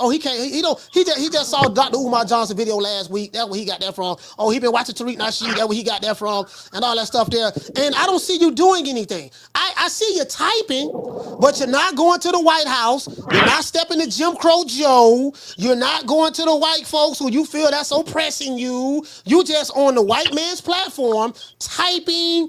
Harassing people who look like you, who don't see the world the way you do. That's what I see you doing. But I don't see you physically out there in the streets doing nothing. I don't see you doing that. I don't see you banging on Whitey, homie. So don't bring that shit over here to me. Steve, listen, check this out. So about the boxing though, what do you think the future is from a lot of these fighters? Do you think the market is going to have to reset itself? From the I've been saying that. That's it. I think so. I asked someone this about 5-6 months ago. I said, when is the market reset going to happen? And they said to me, Steve, it's happening. I said, in what way? See the guys that aren't fighting? Yeah, they're not making money. They're being told something, a message. That's the market reset. Mm-hmm. And I'm like, wow, that's interesting. I am curious to see that this new form PBC that will not have Fox, that will not have Showtime, that will only be doing several shows a year, I'm assuming all pay-per-view, what will happen to a majority of those fighters who aren't going to be featured on those shows? Will they be left into the open market? Will they be free agents? Will they have to sign on as opponents?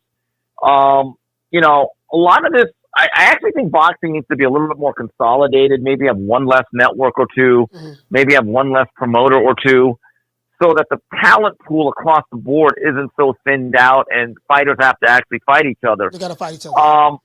Right. And so, look, when I see Keith Thurman, who still acts like it's 2015 or 16, it boggles the mind. It boggles, like, he really, look, and I like Keith, but he's a legend in his own mind. He really thinks he's the modern day Ray Leonard, that he can come back at any time, every few years, and people will care. He's not that level of a fighter. And the sense of entitlement that a lot of these guys have, that they don't have to actually fight to A, improve their craft, stay sharp, or keep the fans interested in them and to build a fan base, is alarming to me. But I don't even think they understand the damage that they're doing, because I don't want to say that they've been coddled, but they've come up in this new boxing marketplace where they don't understand that there used to be a time when an Oscar De La Hoya, as the biggest fighter in boxing in 1997, fought 5 times, and he built upon it. It actually paid off for him. That is what continues to worry me, Coach, is that our biggest name fighters, like, look, I'm a big fan of Shakur Stevenson. I think he's an excellent boxer. He might be the best boxer in the world for the next dozen years. But, Coach, he only has 20 fights. He's mid-20s, 24. He shouldn't be just a twice-a-year fighter this early in his career. Cotto wasn't. Pacquiao wasn't. Mayweather wasn't. De La Hoya wasn't. And you could say, well, yeah, but Steve, it's different now. Right, but different does not mean better. Because my contention would be, okay, but will Shakur Stevenson at this pace ever reach the heights of the guys I just named? No, not at this pace. I'm not sure they can't. No, right, not at this exactly. Pace. Not at this pace, because I'm glad. You know what? I'm glad you brought up Oscar De La Hoya. I've been talking about Oscar a lot because a lot of people have their issues with Oscar, his personal life, and that's well documented. But I say this, and you can say what you want to say about Oscar De La Hoya's personal life, and I may agree with you 1,000%. You won't get an argument with me on that. But as it relates to Oscar De La Hoya, the fighter, that dude didn't duck anybody. He fought guys when they was in their prime. Even though he might have been past it a little bit, him and Floyd fought 2007. I think Oscar De La Hoya 2007. Yeah, I think he been about 15 years. He was boxing his 15th year. Yeah. Anyone that has criticism of Oscar De La Hoya as a promoter or in terms of his personal life may have a point. They're probably making some valid points. There's no argument for me. He's been far from perfect, and I like Oscar personally. But I've been critical. You could see it. But as a fighter, keep this in mind. Him and Floyd in their first or second years of boxing each fought like 10, 11 times. That doesn't happen today. No, it doesn't. And we're talking about fighters who are not as talented as those two. So Oscar De La Hoya in 1996 wins that big fight against Chavez on closed circuit. Takes the rest of the year off, but in 97, I still remember, I was very young on the boxing beat. He was the biggest name by far. Tyson was still kind of going through his issues. And I remember him fighting 5 times. And then in 98, it slowed down a little bit, but check this out. In 1999, in 1 year, he fought Ike Corte, Obakar, Felix, Trinidad. In 1 year. Yeah. Bang, bang, bang. Oscar got what? Okay. I think he got like 5 or 6 losses. Yeah, you're right. Right. Yeah. And so that doesn't happen anymore. Even a Fernando Vargas, who admits to me, like, Steve, I wish I would have done my career a little bit differently. I should have been slowed up, but I had a lot of issues. But at age 21 or 22, and I'm not saying anyone else should do this, but this is how different it is. In a 1 year stretch, I think this guy fought Winky Wright, Ike Corte, Felix Trinidad. Yeah. I mean, it's just like, it's different. And people say, well, Steve, it's changed. You have to accept it. First of all, I guess I have to accept it. I have no role in the matter, but I don't have to like it because I know I've come to the realization of this, Coach. I've already seen the best boxing I'm ever going to see. Right. It's not going to get better than what I've seen. Yeah, it's not. I got to see Roy Jones, Trinidad, Hopkins, Floyd Mayweather, De La Hoya, Manny Pacquiao, Barrera. Right, think about this. Think about this, Coach. What's my name? Morales. Morales, Tapia.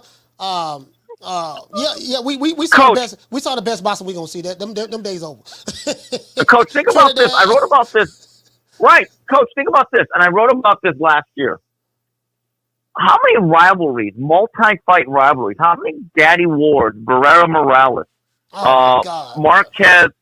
We don't even get these fights once nowadays. But these guys were doing series. Yeah, they was fighting 2 or 3 times. Like, yeah, right. Like Chocolatito and Estrada, great rivalry. Golovkin and Canelo, at least for 2 of those fights, was a great rivalry. Where's our next rivalry? Where's our next multi-fight series that's going to be in the record books or the history books that's going to do documentaries over? Where? Yeah, Where is it? Those days are over with. And you're right. We've seen the best boxing that we're going to see, Steve. It's pretty much over with as it relates to that. We're not going to see those types of fights anymore. It is what it is. I'm like you. I've come to that conclusion as well. That the best days are over with from that era. Hold on, Rick Glazer just hit me up. Yeah, but those days are over with. I'm sure that now they want to marinate certain fights. They say certain fights that could be big fights are not big fights, and stuff like that. And again, I do get it. Boxing has changed, but and this is why I say you can't compare. This is why I say you can't compare yourself to the old school. You can't compare yourself to the Oscar De La Hoyas, the Floyds, and stuff like that, because you have to do the things that the Oscars, the Floyds, the Manny Pacquiaos, the Antonio Barreras, the Moraleses. You got to do the things that they did in order to get that legendary status. If you're not doing those things, you don't have the right to compare yourself to those guys because you're not putting in the work that it took for them to get to that status. Coach, can I tell you something? It surprises people when I say this, but I've written about it and I've talked about it before. I don't think Floyd Mayweather's to blame for all this, like people say. No. And I'll tell you why. He's the scapegoat. He's the scapegoat. He's an easy scapegoat, but when I hear young fighters say, well, before I become Money Mayweather, I got to do the pretty boy part, and I say, bullshit, you guys don't even want to do that. People have to understand about Mayweather. Before he got to De La Hoya, which really took him to another level, it took him 37 fights and 4 major championships in 4 different weight classes to get to De La Hoya. So if everyone did that, put in 35 plus fights and be a champion in 4 separate weight classes and become no worse than number 2 pound for pound before they got to the real money stage of their career, I'd say, you know what? God bless you. Do it. They're not even doing that. So I don't want to hear any more that Floyd is like the ruinization of boxing. I think it's unfair. I don't think it's true. I don't think it's accurate. The other thing that's really interesting to me is that the thing with Floyd was there was a point where he actually fought more than twice a year. I've looked at the career. What's happening now, and this is a trend I do not like, Coach, the first time a fighter wins a title, whether it's in their 15th fight or their 25th fight, they automatically, because of their escalators and their contract, become twice-a-year fighters. Like you look at a guy like Janibek, who's fighting tomorrow. Janibek cannot be put on the Golovkin plan because he's already stuck at twice a year. Right. And so you can't even create a Golovkin now because Golovkin had a guy by the name of Tom Loeffler who told him, Gennady, if you want the big fight, you're going to have to take less money and fight a little bit more often. Are you with me? And he was. Too many young fighters and managers, Coach, they do not have that long-term vision. They don't. That's a shame. Hey, Steve, you're right about that. They don't have a long-term vision and stuff like that. And that's why I say it's different. I don't like to compare the eras or even the fighters. It's just different now. I understand it. I see things the way you do see it as it relates to we've seen the best boxing we're going to see. Those days are over with. And I have accepted that. I've accepted that. I'm not going to argue, bitch, moan about it. It is what it is. Steve, I thank you for really taking the time out, man, to really come on the show, call into the show. Oh, absolutely. And Coach, can I make one more point? Go ahead. One more point before I ruin all your weekends. This Sunday, Coach, marks the 1 year anniversary since the last time we saw Deontay Wilder. Oh. Think about that. Yeah, I didn't even realize that. Now, Robert Helenius, yeah. Yes, he did for about 2 minutes. Yeah. And think about this. He fought 3 minutes in about 2 years. Now, look, I know everyone's going to have differing opinions of Deontay Wilder. You know what's funny? I appreciate Deontay for what he is. Every time he fights, business is good. Everyone wants to talk about him. He's exciting. Yeah. He's not perfect, but he's fun. And I can appreciate Deontay for laying it on the line. Every time he fights, something exciting happens. For that, I appreciate him. Yeah. But why in the world has he not fought in over? I don't care what the situation is. And look, and I've written about this, and I've had some big issues with this management who I used to be close with. Dimitri Bivol has not fought in about a year also, because November 4th was his fight with Gilbert. This was the fighter of the year who kept saying, well, I got to get Canelo, knowing, and I kept telling them, you're not getting Canelo. They don't want you, so get something else. This is the biggest problem with boxing. When talented and popular boxers like Bivol and Wilder simply do not fight at all, you cannot move the sport, Coach. Right, you cannot build anything that way as an industry. You need the names. You got to have the names that's willing to fight the competitive fights. Could you imagine the NBA if everyone load managed to a point of Kawhi Leonard? You couldn't. That league is already faltering because the stars don't want to play every game like they used to. But at least you get 82 Laker games or whatever your team is a year. So there's still some activity. But there's so many things in boxing that need to be changed, and I hate to be cynical about this. I'm not so sure they can be fixed, Coach. Not at least quickly. Yeah, you're right about that. Steve, let everybody know about the 3 Knockdown Room podcast with you and Mario Lopez. Yeah, well, Mario was on vacation celebrating his 50th birthday, guys, even though he still looks 35. We're all very jealous. But we're coming back. We're coming back this upcoming week. Got a lot to talk about. Yeah. And then you can see me on Twitter at SteveKim323. And, Coach, I love what you do. I listen to at least 60 to 90 minutes every single day. And have yourself a great weekend. And to your audience, everyone have a great weekend. Enjoy your life. Appreciate you guys. All right, shout out, man. Steve Kim in the building, man. Salute. Give Steve a round of applause. And now, I'm finna drop these phone lines. We're gonna go to matter of fact, we was gonna go to a short station identification break, but we're not even gonna do that. Rick Glazer is here right now. Phone lines will be open. Anyone that feel that Rick Glazer is a racist or anything, and you have some receipts that you would like to present forward, something tangible, something tangible, you can call in and ask them. And if you feel any type of way about me, call in and say it. I will let you talk. As long as you're not ranting. But let's give Rick Glazer a round of applause.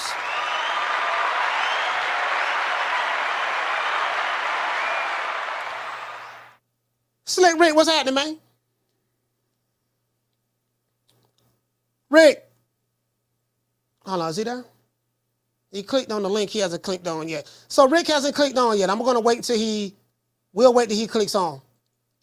When he clicks on, guys, I'll let you know. So until Rick get on the show, because he clicked on it, until he come back on, what we're going to do, we're going to go to a short station identification break. And once we do that, we're going to get right into the actual show. I'm going to drop the phone lines in a minute. Anybody wants to call into the show, please let me know. Soon as I drop the link. We're going to go out to shout out to Gloria Day and the Fabulous Set Trips. Gloria Day and the Set Trips. These niggas don't play. These niggas don't play. We don't play. You ain't heard. They be tripping. We be tripping. So they swerving on. We swerve on. No faking and no snitching.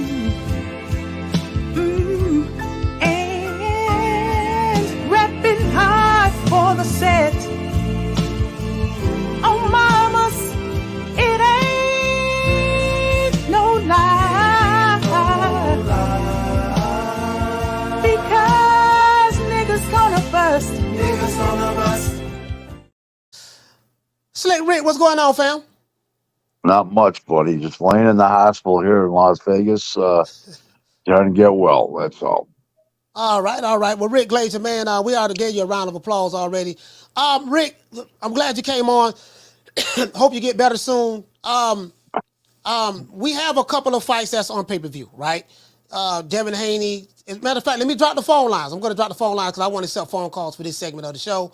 Anybody want to call the show, y'all call in. Ask Rick Glazer, whatever it is you want to ask. We got a couple of fights that's, Devin Haney, Regis Prograis fighting each other, pay-per-view fight. I do like the fight. I like the fight a lot. I'm going to support the fight. I'm going to buy the pay-per-view. I don't really think it's a pay-per-view fight, but I'm going to buy it because I do like the matchup. Both fighters. I am a fan of both of these fighters. And then we have, Michael Benson said that Tank Davis is fighting Isaac Cruz in February. They don't really know exactly which platform it's going to be on yet. Maybe it'll be on Showtime, maybe Amazon Prime or BLK Prime or Optimus Prime. Whatever the primes are, it'll probably be on one of those. Do you see this market resetting itself, Rick, with a lot of these fights that are non-pay-per-view fights, but they're being made pay-per-view? Do you see that happening like anytime soon?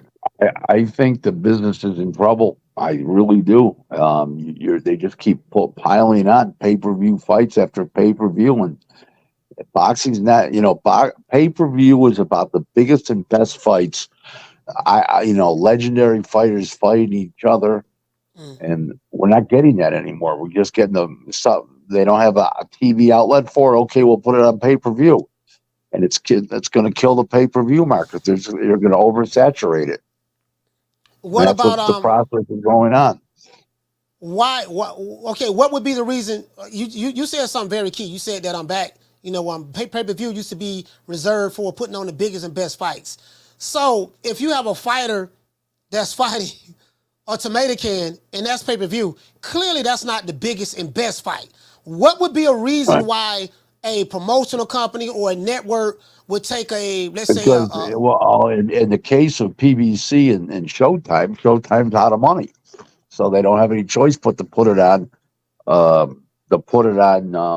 pay-per-view and try to generate as much revenue as they can.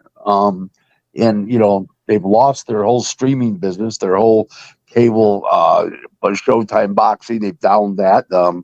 Mendoza and Zoo's the last fight, and they've lost their way completely, and it's going to get uglier before it gets better.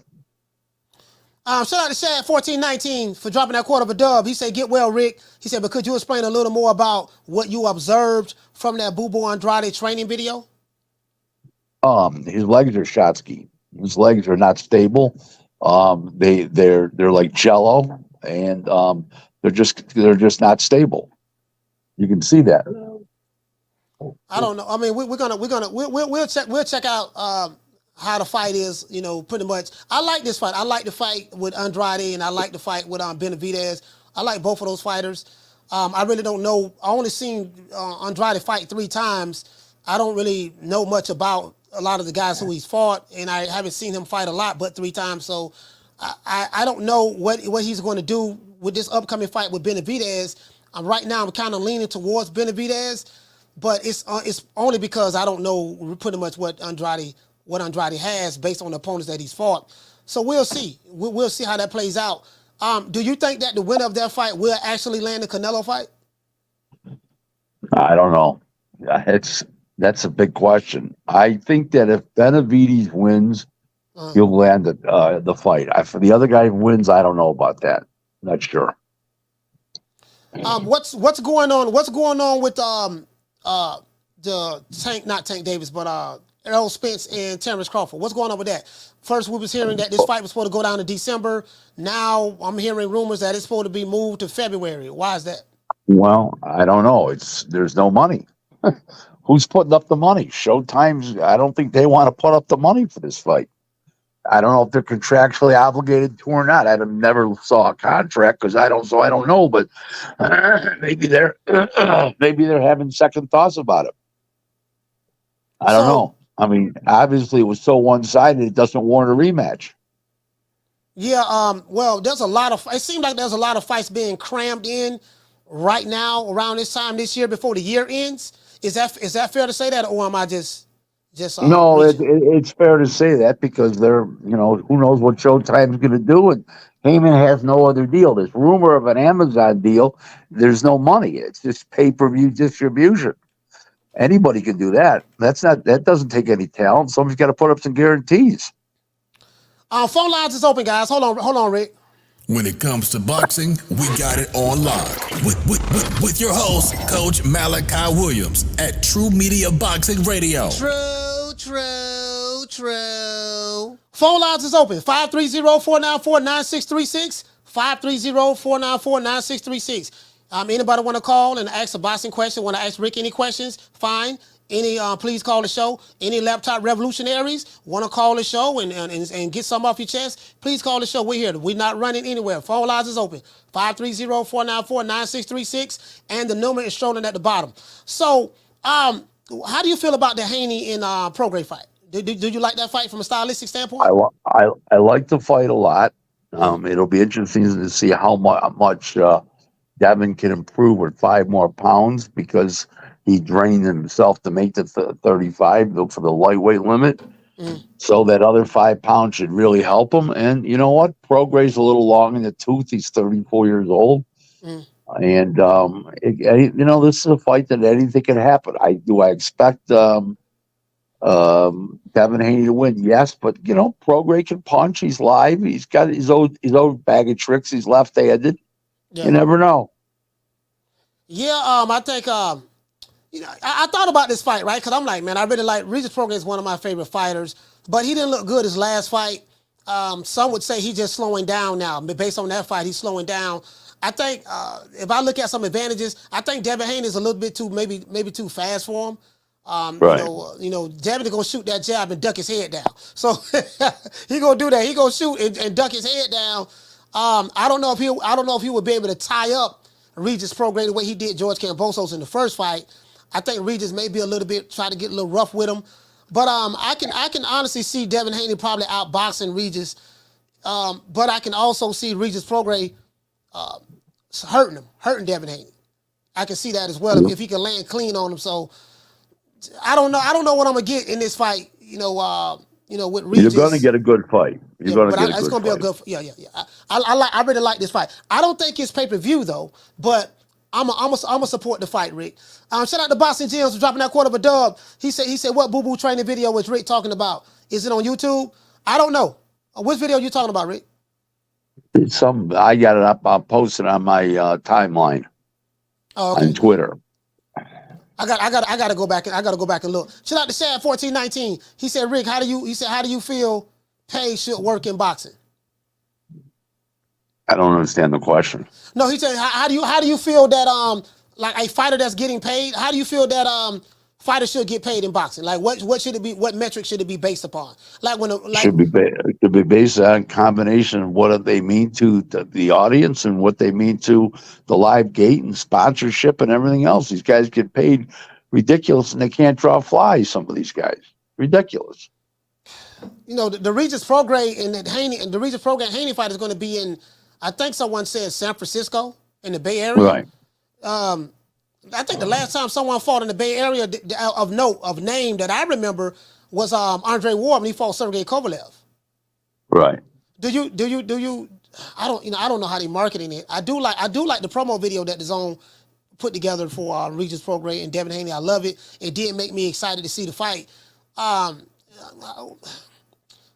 Damn, I don't know if Devin. Do you think they sell that place out, that venue out? Dev is Not a from. prayer. Not a prayer. Why the fight is not in Vegas? I have no idea. Somebody's got to ask that question. I don't know. Oh shit. So, what would be the purpose of? Okay, so DAZN is putting this fight on pay-per-view. So Right. does that tell you that both fighters want more money from a guarantee standpoint? Yeah, it does, and they shouldn't put it on pay-per-view, but they did. So I mean, they advertise themselves as the pay-per-view killer, and now they're doing pay-per-view. I mean, talk about a game plan change, just like what Heyman did with his free boxing, and now it's all pay-per-view. So it's these guys just you got to stick with the game plan. Man, I mean, Devin Haney last pay-per-view did what, 150,000 or something of that sort with Lomachenko? And that's Lomachenko selling it. And so, what do you think that Devin Haney and Regis Prograis is going to do from a pay-per-view standpoint? 110, 105 in that area. Devin Haney is the former undisputed lightweight champion of the world. Can that be used as leverage to? Yeah, sure. To the public? That's why it's going to do 105 to 110,000. I don't know. I ain't gonna lie, Rick. That ain't. I don't know how much money those guys are getting paid or what they want, but I mean that ain't. I don't think that's good, fam. If they gonna do 110,000 pay-per-view buys between these two guys, I don't think that's good. Or what say you? Or is that's going to be determined based on what they want to get paid? It's not good, but that's what they're going to get. That's what it's not going to do good numbers. I don't see everybody, jumping up and down. Oh, I can't miss this fight. Yeah, I'm about to fight. I'm about to fight. I do have the DAZN. I'm gonna buy it because I'm gonna throw a fight party for it. All right, so if Devin Haney can get by Regis Prograis, I wonder where does Devin go from here. I kind of like what he's doing. Of course, he fought George Kambosos for the undisputed, became undisputed, but then he ended up fighting Lomachenko, and then now he's fighting Regis Prograis, and I'm pretty sure they picked Regis for a reason. Devin Haney is the A side in this fight. His name is the first name of the promo. So I do know that means he's the A side. So where does he go from here? If he can get by Regis? Who knows what he's going to do? I don't know. If I was him, I'd fight Teofimo. That'd be a hell of a fight. We got a call in, Rick. Caller, what's your name? Where you calling from? L from Kansas City. L from Kansas City. Talk to me, fam. Yeah, so I'm listening you guys talk about pay-per-view numbers, and I agree with pretty much everything you guys are saying. I don't think the Devin Haney fight's going to do many numbers as well.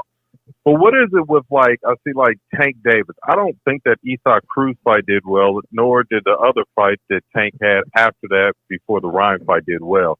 But yet, you get these fellas that's not doing well, but then you hear these numbers like, oh, it did 300,000, things like that. How do we know what's true and what's not based on those numbers? Because you get multiple different sources telling you different things, and the numbers vary so much. Well, first of all, the numbers are never officially put out by Showtime. They're floated to the media by PBC operatives. If Showtime puts out a statement coming from Showtime where they're listing the corporate officers saying, that did real well, such and such, speaking of some officer, then the numbers are real. If you don't hear those numbers coming from those guys, they're not real. They're PBC, they're operatives floating numbers to the media that are false. What's his name did the first Isaac Cruz fight did 52,000 homes with what's his name back in December of 2021. With Tank, yep. And then the one you're talking about before, Ryan Garcia, Hector Luis Garcia did 61,000 homes on pay-per-view. Then Ryan comes along and they set the world on fire. Well, Ryan's got 11 million people following him on Instagram. So that's a hell of a good start right there. And Tank doesn't have a real social media following. So the rest is on you, sir. Yeah, because I found it interesting. Everybody keeps saying, "Oh, Tank is the face of boxing. Tank is the face of boxing." I'm thinking, are you serious? I'm like, Ryan sold most of that pay-per-view, not Tank. I'm like, Tank won, congratulations, but he's not the one that sold that pay-per-view out. That was Ryan Garcia. Yep. Let's put it this way to you. I'll show you how much more popular Ryan Garcia is than Tank. Tank fought. Two of them fought. Tank's not fighting till February. Ryan is fighting December 2nd. So the loser of that fight is coming back 2 months faster than the winner. What does that tell you? Bigger demand for him. Thank you. All right, shout out to L from Kansas City, man. Salute to you, Appreciate fam. it, guys. Thank you for calling the show, brother. But see, this the thing, though, Rick. Tank Davis has a hell of a fan base, man. Like wherever Tank fights at, and this is what been reported from Booker Ray and stuff like that. But wherever he fights at now, he does have a good fan base. They do travel when he fights. They will show up. Now, all the pay-per-views may not be box offers, but he's as Booker Ray Leonard would say, he's box office at the gate. He is box office at the gate. Right. I'm anxious to see what the pay-per-view numbers are going to be for him and Isaac Cruz in the second fight. You know, if you really believe that, Tank reputation and his is to a next level, and he's selling did $1 million by himself and stuff like that, then let's see how does that translate into Isaac Cruz fight. Caller, what's your name? Where you calling from? It's Damien from Baltimore. Damien from Baltimore, talk to me, fam. I disagree totally. I disagree 100% with the last thing. Based on, I think it's more as Coach always talks about, who you fight matters. Yeah, true. I don't believe that Ryan has 10 million followers. Tank has about 8 million followers. So it wasn't that. And the fact that they went into them Twitch guys that got some 100 million followers, that's what it was. It was the marketing. And they brought all of the casuals. So it was more the marketing and the dance partner. I don't think that the shit that Tank put on is pay-per-view by stretch. Don't get me twisted there. But I mean, as a smart individual, I know that it wasn't that Ryan just brought these whole bunch of people. Because I mean, when he fights on these regular fights, is he bringing that many people to the free fights? Yeah, it was because it was a big fight. It brought a certain amount of people. There's no question, additional people. There's no question about that. But when you look at the Tank's previous fight at 61,000 homes just a few months earlier against Hector Luis Garcia. I agree with you 1,000%. What I said was, first thing I said was your dance partner. Right. Now, no, I said that means a lot. That means a lot. Yep. So I don't think, and I don't know how true it is, but I heard that Tank turned down the Eastside fight. Told him that he ain't fighting Eastside. Well, yeah, I don't know. That's what the word is on the street. Yeah, hey Damon, I don't know. I don't know. I mean, I just know what Michael Benson put out there.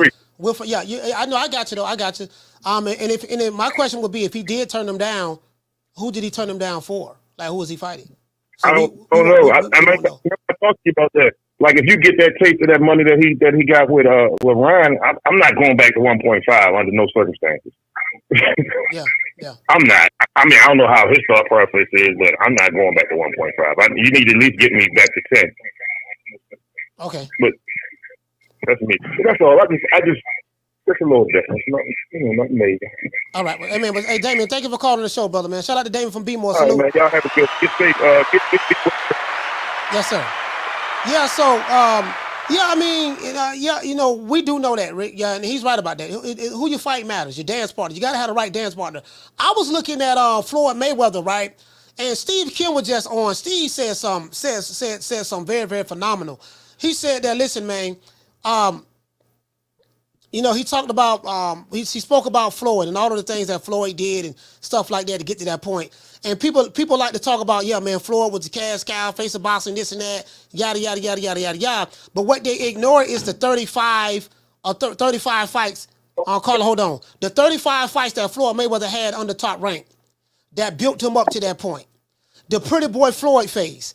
And I say this time and time again, Rick, you have a lot of these guys and some of these social media boxing fans, they talk about Floyd, but a lot of these fighters, they're not doing what Floyd Mayweather did, the Oscar De La Hoyas did, in order to get to that point. So they just want to jump to the Money Mayweather phase without going through the Pretty Boy Floyd phase. Well, in order for Floyd to get to the Money Mayweather phase, he had 35 fights. He was fighting a lot. He fought multiple guys who probably had belts or former champions and stuff like that.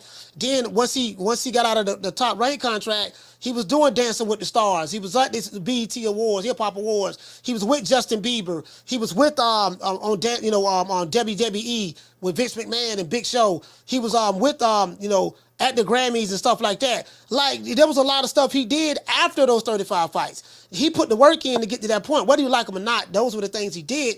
Now, once he became Money Mayweather, he made sure he picked guys who had fan bases, which helped him become the draw. That is true, but who you fight matters. But that's what I'm saying. I got another call calling in, Rick.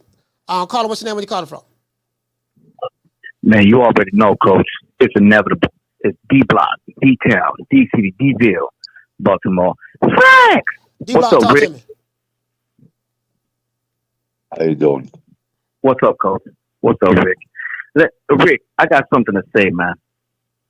Do you think, in my opinion, Tank Davis bobblehead is like Logan Paul or Jake Paul in boxing, to where his star will diminish because he's already going to be 30 years old coming up? Do you think people are going to get tired of him fighting bombs and not being a legitimate threat for the actual titles? What you got to say with that, Rick? They already feel that way now. That's why, besides fighting Ryan Garcia, his fights don't do any numbers. True. But Rick, like I was telling Coach, the PBC, they're not going to be able to show any more bum fights anymore. Do you think there's going to be a lot of pressure now for Tank Davis to finally fight legitimate threats? Because the new business... Hold on, Rick. Absolutely. Yeah. Yep. No question. Nobody's going to want to pay. No new company is going to pay Tank Davis money, or anybody, if they're going to fight another Cruz. I mean, he's going to have to fight legitimate threats. What you got to say with that, Rick? I'd hope so. Like you said, he's 30 years old. It's time. Take the training wheels off that bastard. You're right. Rick, I've known you for a little bit, not as long as Coach has. But I want to let you know something.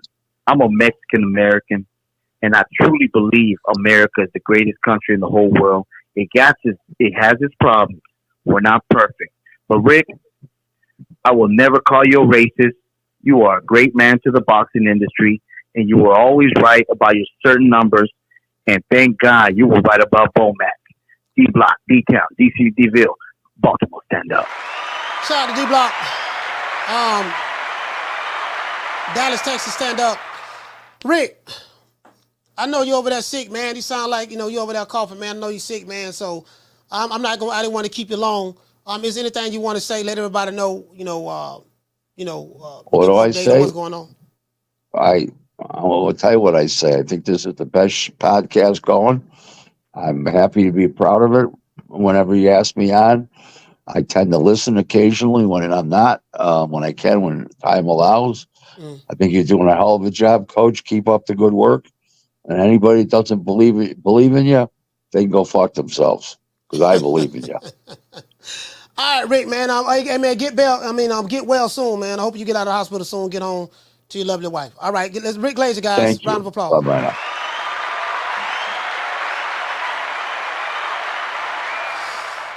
now. Rick's sick, man. Rick's sick, bro. So, it is what it is, man. I ain't want to, keep the man on, hear the man coughing and stuff. So, y'all hear him coughing. I ain't want to have him on and stuff like that, the man coughing. He in the hospital. I didn't even want him to come on the show. I just called him and asked him how he was doing, just checking on him and stuff like that. If I rock with you, I'm always calling to check on you. I check on all my partners. If anybody messed up or whatever, I'm always hit them up, check on them. I hit Bomac up the other day. Was that the other day or yesterday? Let's see, I finally, when I hit Bomac up. That was, when did I hit Bomac? That was yesterday. Yeah, I hit Bomac up yesterday probably about 4:30 my time. No, not 4:30 my time. About 1:30 my time. Shout out to Dr. Paul. He said hit the like button, share, become a member of the channel. Yes, sir. Shout out to Deal. Hey, okay. We're dropping that quarter of a bam dub with your boy. Hey, Super chat received. Playtime's over, boy. He said, Coach, they slashed that price to $50 and some change for the Haney versus Loma fight, and it still didn't do that well. He said, and it was Loma that sold it.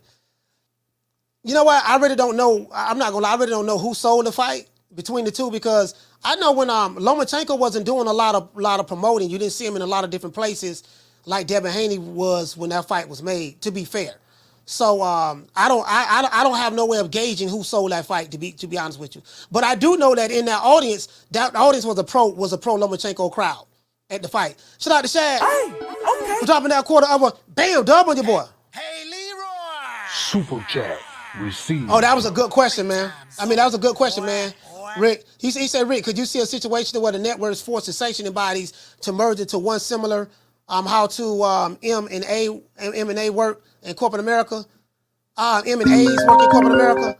No, you know what? I could damn near pretty much answer that question. No, I don't see that. Yeah, I don't see that. You're not going to get a network that's going to force promotional companies to come together. That's not going to happen. Boxing doesn't work that way. Boxing doesn't work that way. It doesn't work that way. It's not like it's remember Carla, hold on. Remember when they had like Sirius XM? They had Sirius Radio, then they had XM satellite, when they had the satellite radio station wars, and then eventually XM and Sirius merged together, became Sirius XM. I guess you're talking about something like that. Nah, that ain't gonna happen in boxing. Shout out to OJ. Hey, okay. Dropping that. Bam, dub on your boy. Hey, Leroy. Super chat received. Playtime's over, boy. He said, great show with Kim and Rick. Yeah, I appreciate that, fam. Down from the bar, there's a platform stage. People pimping, sharp as razor blades. We got to address the cash apps as well. Hold on, let me get the cash apps out the way before I get to the call. Get the cash apps out the way. Shout out to Felix. Hey, okay. We're dropping that quarter of a dub on your boy, man. I appreciate that, fam. Good looking out, fam. He dropped a quarter of a dub cash app. And shout out to Seals. Hey, okay. We're dropping that half for bam, dub on your boy. Hey, Leroy. Super chat received. Playtime's over, boy. He said, great show, respect. He said, respect and salute, fam. Yeah, anybody want to call the show, man? Feeling some type of way, please call the show. I'm here. I'm answer the phone. Rick Glazer was here. The laptop revolutionaries didn't call, so I guess they ain't want nothing. Caller, what's your name? Where you calling from? Troy Graham, Baltimore, man. How you be? Troy, talk to me, fam. I'm listening. Listen, that was a great conversation you had with Steve Kim. Can't say I disagreed with anything. To me, I don't see any pay-per-view fights or fighters in this area. Now, you had your run with Anthony Joshua and all that, but to me, this is what a pay-per-view fighter is, right? When you can step in the ring with anybody and sell. In whether they're a name or known or whatever, the people are just coming to see you and because of what you do. To me, I don't know any boxer currently that can do that has that type of that has that status right now. Now, there's some talented folks out here, but as far as the status level goes, I don't see any fighter that could do that. Now, you could put fighters together and make certain fights, but I don't know if I heard you correctly. Did you say that the Haney Prograis fight was pay-per-view? Yeah, it is. It's a pay-per-view fight. No. That's the type of fight we used to watch on Wild World of Sports. Remember that on Saturday? Yeah, Wild World of Sports, Tuesday night fights. Yeah, Friday night fights. Saturday afternoon. They used to have fights in the afternoon too. Remember that? Yeah. Outside in the hot ass sun. Yeah, we saw Simon Brown and Tyrone Trice on Saturday fights. We saw Terry Norris, Junior Jackson, Saturday afternoon fights, right? I'm trying to think of the other one you were talking about, David Benavidez and Andrade. That's a Tuesday night fight. That's not pay-per-view either. They're very talented individuals, but who is their audience? And actually, the people that are putting the fight together know all this. They're just trying to force something down people's throats.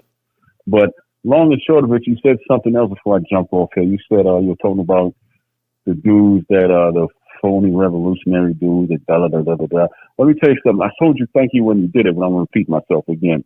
When I was doing the Ring 10, right? The Ring 10 show, you were the first one to sign up. You put $100 in. Remember that night? Yeah, I remember that. Yeah. I said thank you then. I'm going to say thank you now. See, now that's real. We were trying to build a commission in a union for boxing, which anybody knows takes time, and not one solitary individual who would call and threaten this man or me or ridicule me or whatever ever said, okay, let's put it aside and do something serious for boxing. But for the bullshit, they were all in. So that's why when I come back, it's going to be something different. But you keep doing what you're doing, man. It's your show. I'm blessed. It's a blessing, man. So keep doing what you're doing. All right, shout out to Troy, man. Salute, fam. B-boy, stand up. Yeah, see, listen. I tell you guys this, man. You can't live your life trying to please people, right? You can't do that. You know, I'm willing to stand on. I stand on my square. You know what I mean? A man is gonna stand for.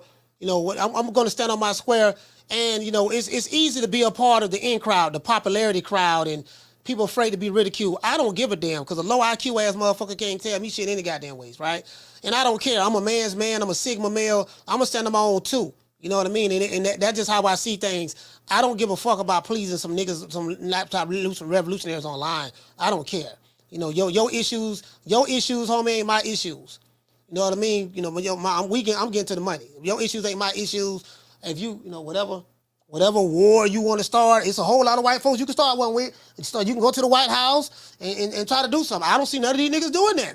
I see them typing, but I don't see them doing that. Shout out to Ed Perez. Hey, okay. Dropping that quarter of a dub on your boy. He said I'm at work enjoying the interviews. Thanks, coach. Yeah, I appreciate that, fam. Shout out to Raphael. Hey, okay. Dropping that quarter of a bam dub on your boy. Hey, Leroy.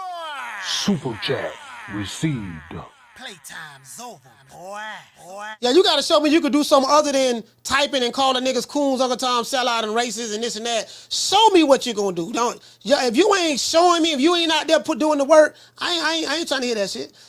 He said Amazon Prime is going to force PBC fighters to either take less money or back in money. He say facts. I mean, we'll see. I don't know if everything is official yet, but we'll find out by next week. Down from the bar, there's a platform stage. People pimping, sharp as razor blades. We're going to go to a short station identification break, and as soon as we get back, we will continue the phone calls. I know I'm gonna get this money.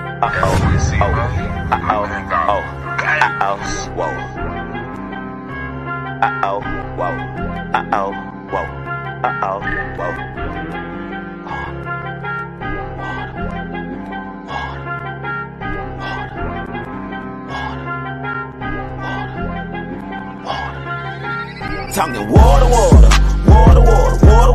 My bracelet costs about 40 and my necklace costs a quarter. Talking water. I go stupid like on Boosie. All this jury got me foolish. All this water. All of these diamonds, they bright, so you gon' see me at night. All of this water. Now I be trip. Water. When your daughter see this water, she gon' let Boosie record. Them little niggas in the A, they making deals off the wall. Hey, you know, back in the day, and you know what? It's something Steve Kim said that I totally agree with. He said, I have come to the conclusion that I've seen the best days of boxing that I'm going to see. Those days are over with. And you know what? I didn't think about it until he said it, but when he said it, I thought about it. I said, you know what? He right. He right. He does. I got some fighters I'm pulling up right now. I'm going to show you guys to prove my point. Caller, what's your name? Where you calling from? Hey, what's up, Coach? It's Coach Eddie from ATL. Coach Eddie from ATL, talk to me. Hey, I got a couple questions I got two questions for you. Now, I was listening to the show earlier, and you made a good point, talking about how these guys try to shame people. Some of these channels try to shame people into buying, the pay-per-views and everything. Yeah. But then them same guys, they try to shame you into buying the pay-per-views. They do a fight party. They got 7,000 people watching they fight party. So if that's the case, why don't you turn off your goddamn, turn turn your channel off. That way, everybody won't have an opportunity to join your fight party. Really, you're taking away from the fighters. They want to sit there and tell you, oh, don't buy. You need to buy the fight, but they capitalizing off the fight. You see what I'm saying? And then my second, a lot of those guys. Go ahead, Coach. They not buying the fights themselves. Like Wilder fought Robert Helenius, that man did 71,000 pay-per-view buys. So what happens is these laptop revolutionaries, they talk all that pro Wakanda shit, but when the rubber hits the motherfucking road, they broke. They ain't spending no money buying a goddamn thing. They just want to get on here, whine, bitch, moan, and complain. They don't have boxing criterias, and these are not boxing fans. These guys, a lot of them probably come from fatherless homes, unfortunately, and they have victimhood mentalities, and they participate in the Victim Olympics, and they participate in skin color politics. So when you sit back and peel back the onions of the layers of the onion and let these guys talk and type long enough, you will see what their real issues is. They're not boxing fans. They're everything other than boxing fans. They just like to use boxing as a way to vet and get out their racial insecurities, their revolutionary laptop spirits, their, internet gangsterism and stuff like that. These are not boxing fans. These just a bunch of goddamn broke ass niggas who come from who probably saw a couple of Umar Johnson, Tariq Nasheed, Sinetta TV, Sarah Sutton Seti videos. That's it. That's all it is. I can handle them niggas easy. Yep. They lightweight to me. I can handle them easy. They won't even call the show. So. Then the last question I got for you, y'all talked about how the fighters need to get out there and promote themselves. Mm. But a lot of these fighters are relying on these channels to promote them, and then they promoting a whole bunch of bull crap, messing the game up. And you see the network, they're no longer promoting the fights anymore because they being cheap, just letting these stars of YouTube channels promote the fights, and they screwing the game up. Cole, what you think about that? I mean, YouTube is social media is new media, so the internet is the way to go. The internet is the way to go. Hold on, say need my email. Hold on. The internet is the way to go. So I got somebody sending me a text message. So there's nothing wrong with that. Me personally, I don't think the fighters are utilizing the social media outlets are more effective enough. I don't think they are, and I think it's because it's just a lot that the fighters don't know. Yes, they do have certain YouTube channels that they may pay, or YouTube channels that may pay them in order to get access to them and get these interviews. And I respect the hustle. There's nothing wrong with that. If that's how you get your money and that's what you need to do, nothing wrong with that. I'm not knocking that at all. But I do just think the fighters, they probably just need to study a little bit more on what Floyd Mayweather did. And if you see what he did, if that's the model that you want to try to pattern yourself out for after Floyd Mayweather, you need to really study what he did in order to get to that point. That's why I played the video at the beginning of the show where Leonard Ellerbe said, once we became independent, there was a lot of stuff that we had to do. And he said we did Dancing with the Stars, WWE, Hip Hop Awards, Source Awards, the Grammys, stuff like that. Like Floyd went on a hell of a media run, and then he played the heel, pretty much in boxing. The heel is he played the bad guy. He played the bad guy, and he made sure that he always had the right dance partner, the guy who had a big name, a big following, and who fought tough fights, as his dance partner in order to help build his star status up. Because who you fight matters. And I think that's what's missing from the game today. A lot of these fighters, they're not doing that. And they don't even fight enough, so. But I'll let you wrap it up. Oh, yeah. Like you say, even with the 24/7, Floyd was entertaining in this 24/7. A lot of these guys, they get these all accesses, and they're not entertaining. They don't have that personality. They don't have the gift of gab. So when you put them in front of the camera, it's like it's boring. But you look forward to Floyd Mayweather's 24/7 access because he was gonna entertain you, whether you like him or not. You wanted to watch it, just like you wanted to watch the fight. It wasn't that Floyd's fight was so good. Floyd was just an entertainer. He was a showman.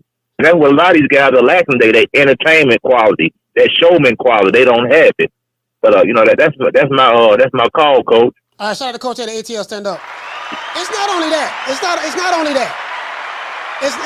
Listen, it's not only that. I'm gonna show you guys something.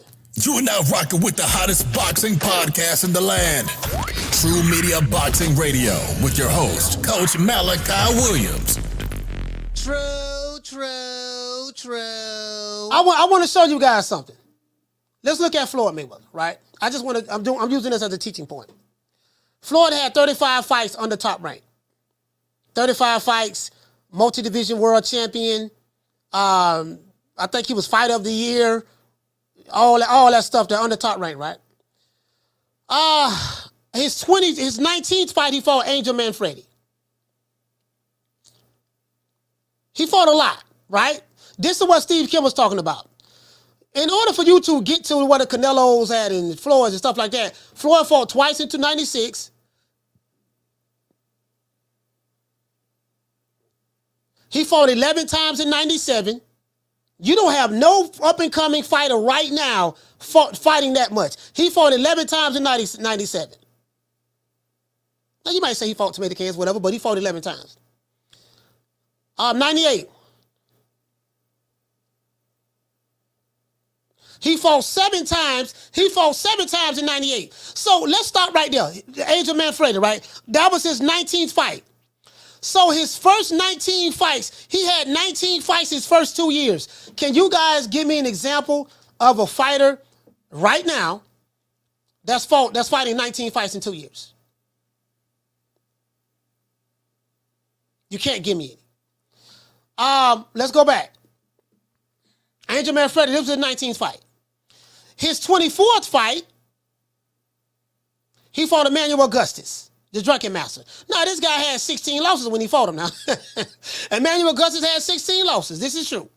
22-16 in 4 draws. So he had 16 losses. But contrary to popular belief, he was a pretty good fighter, right? He was, believe it or not. Listen, so his 25th fight, he fought Diego Corrales. Diego Corrales was 33-0. What fighter, and this was Floyd Mayweather's 5th year in boxing, what fighter in his 5th year fighting someone that's as dangerous as a Diego Corrales? And he stopped, I think he stopped Diego Corrales in the 10th round. What fighter is doing this? These fighters ain't taking risks like this. This is Floyd's 25th fight. Then he fought Carlos Hernandez. Now, what you're going to see now, Floyd got a lot of his fights are Hispanic fighters. You're going to see that. Most of his fights are Hispanic fighters. Right? But, okay, that's 30, let's see, 35th fight. 36, 7, 8. He fought Castillo. He fought Castillo his 28th fight. Fought Castillo his 28th fight. And 29th fight. They fought back to back. 30, 31. This here was a hell of a fight right here. Floyd stopped him in the 7th. He fought Chop Corley. He was 28-2. 32, 33. Fought Arturo Gotti, his 34th fight. Arturo Gotti was 39-6 at the time. He didn't know what defense was. Arturo Gotti did at 140. Fought him at 140. Then he fought Sean Mitchell. I think this was 33. I think he fought Zab. Like, look what he did. Sean Mitchell, Arturo Gotti, Zab Judah. He fought Carlos Boldemir. And his 35th, I think that was his 35th fight. I want to say his 36th fight, he fought Oscar De La Hoya. This was, I think he was a free agent at the time. So if you look at what Floyd did, look at all of the fights he had, and look at the names he fought up until that point, until he became Money Mayweather. After Oscar, he became Money Mayweather. Now, he made sure that he fought guys who had a hell of a fan base. Oscar De La Hoya had a hell of a fan base. So when Floyd said, I did this, I did that. No, you and Oscar did this. You and Oscar did that. Carla, hold on. You get what I'm saying? Who you fight matters. Then he fought Ricky Hatton. This man had an entire country behind him. Who you fight matters. Then he fought Juan Manuel Marquez. Marquez jumped up from 135 to 147 to fight Floyd. Had an entire country behind him. He fought the names. Then he fought Sugar Shane Mosley. Then he fought Victor Ortiz. He was buzzing a little bit. Victor Ortiz had some, he was moved a lot fast. He fought some tough fights. Trinidad, De La Hoya, stuff like that. Then he fought, hold on. No, you know what? No, that wasn't Victor Ortiz. Did Victor Ortiz? Yeah, Victor Ortiz fought Trinidad. No, he fought De La Hoya, right? Yeah, Victor Ortiz fought De La Hoya. Let me see. I want to make sure. Fought Floyd. Did he fight De La Hoya?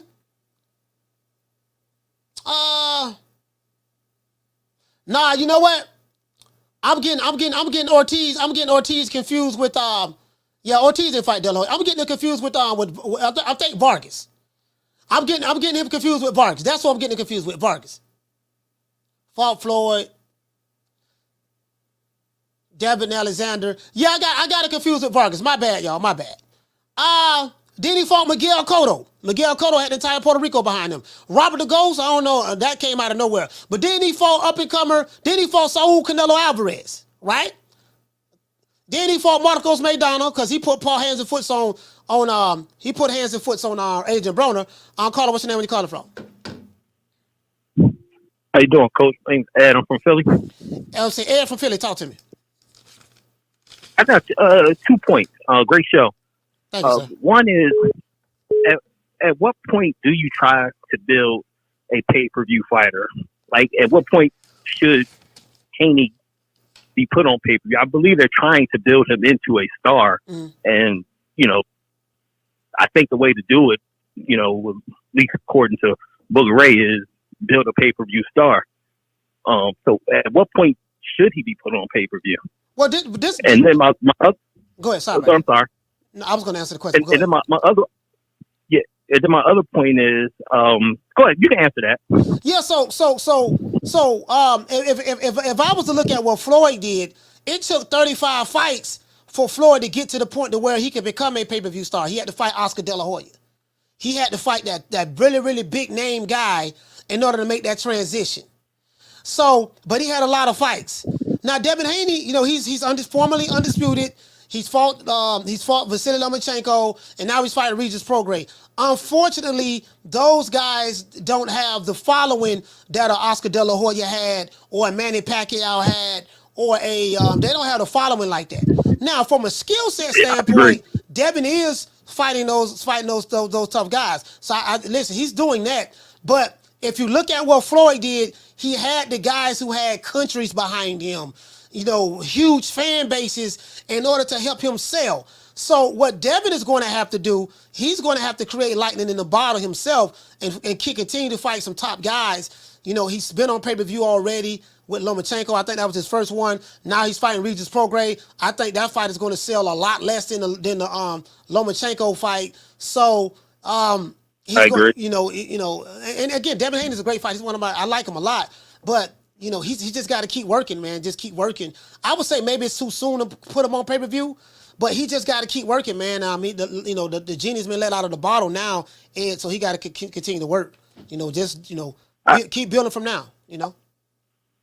I agree 100%. I mean, of course, ultimately the fighter would be. I think he should have went after Ryan myself. Yeah. That would have propelled him to give him that De La Hoya type of superstar. You know what I mean? And my last point is, if Tank is not doing well pay-per-view wise when it's someone other than Ryan Garcia, why do they continue to try to push him on pay-per-view? Like, I don't think they're in the business of losing money. And if things are going so bad over at PBC, you would think that they would say, "Hey, Tank, you need to fight a name. We're a sinking ship." You know what I mean? I mean, I don't disagree with Rick Glazer's numbers or anything, but it just seems like they would be trying to build, the company back up and using him being the star that he is, using him to do that. I just don't see them putting him back in the room. Like, I hate the Cruz fight, first of all. Like, I'm not going to buy that. But if it only did 52,000 buys, I'm a casual fan, I would say, but that's a low number, correct? Oh, yeah, that's definitely a low number. Yeah, absolutely. Definitely a low number. So why would they push that fight again? Well, I mean, if you're not going to pay a huge guarantee, I don't know what the contractual structure is, but Tank is a pay-per-view fighter now, so all of his fights are going to be on pay-per-view. So they can have it structured to the point to where they're not going to lose any money. Hey, we're not giving you a whole lot of money up front any goddamn ways. So whatever money that you're going to get is going to be the strength of the pay-per-view. You're going to have to eat what you kill. You get what I'm saying, so to speak. So They're not really losing in that aspect. Now, if it's a network that's saying, hey, we're going to give you a guarantee of 10, 15, 20 million dollars, and then, and then plus you're going to get upside, and that means you need this pay-per-view to sell a whole lot in order for you to recoup, then that's something different. Yeah. But if they're not putting up the money for the guarantee, then he can fight hog head cheese on pay-per-view. Understood. Appreciate your time, man. Enjoying the show. All right, so salute. All right, this is very, very easy. This is very, very easy for me to destroy. So this brother right here, shout out to Chief. Hey, okay. I'm dropping that quarter of a dub on your boy. He said, you said Floyd was not an all-time great. The man had two Hall of Fame careers. Make it make sense. Now, this is very, very easy for me to refute. I never said that Floyd wasn't an all-time great. That's a lie. What I said was Floyd Mayweather is not the number one all-time greatest fighter out of the history in the history of the sport of boxing. There's a difference between saying he's the number one guy out of everybody who's ever fought in the sport of boxing versus he's an all-time great. You wasn't listening. That's what I said. Is Floyd Mayweather all-time great? Yes, he is. He is one. Carla, hold on. He is one of the all-time greats. The issue that I have is Floyd says that he is the greatest fighter that ever lived. Now, he is entitled to his opinion. You may feel that way, but guess what? I totally disagree with that. You came up in a different era. You didn't go through the criteria that those fighters who came before you, like the Ray Robinsons, the Archie Moores, the Willie Pelps, the Georgie Bittons, the Hurricane Carters, and all that stuff there. You didn't go through the criteria that they went through. So that's why I say that. But you totally misheard that. So you're wrong on that, sir. Carla, what's your name? Where you calling from?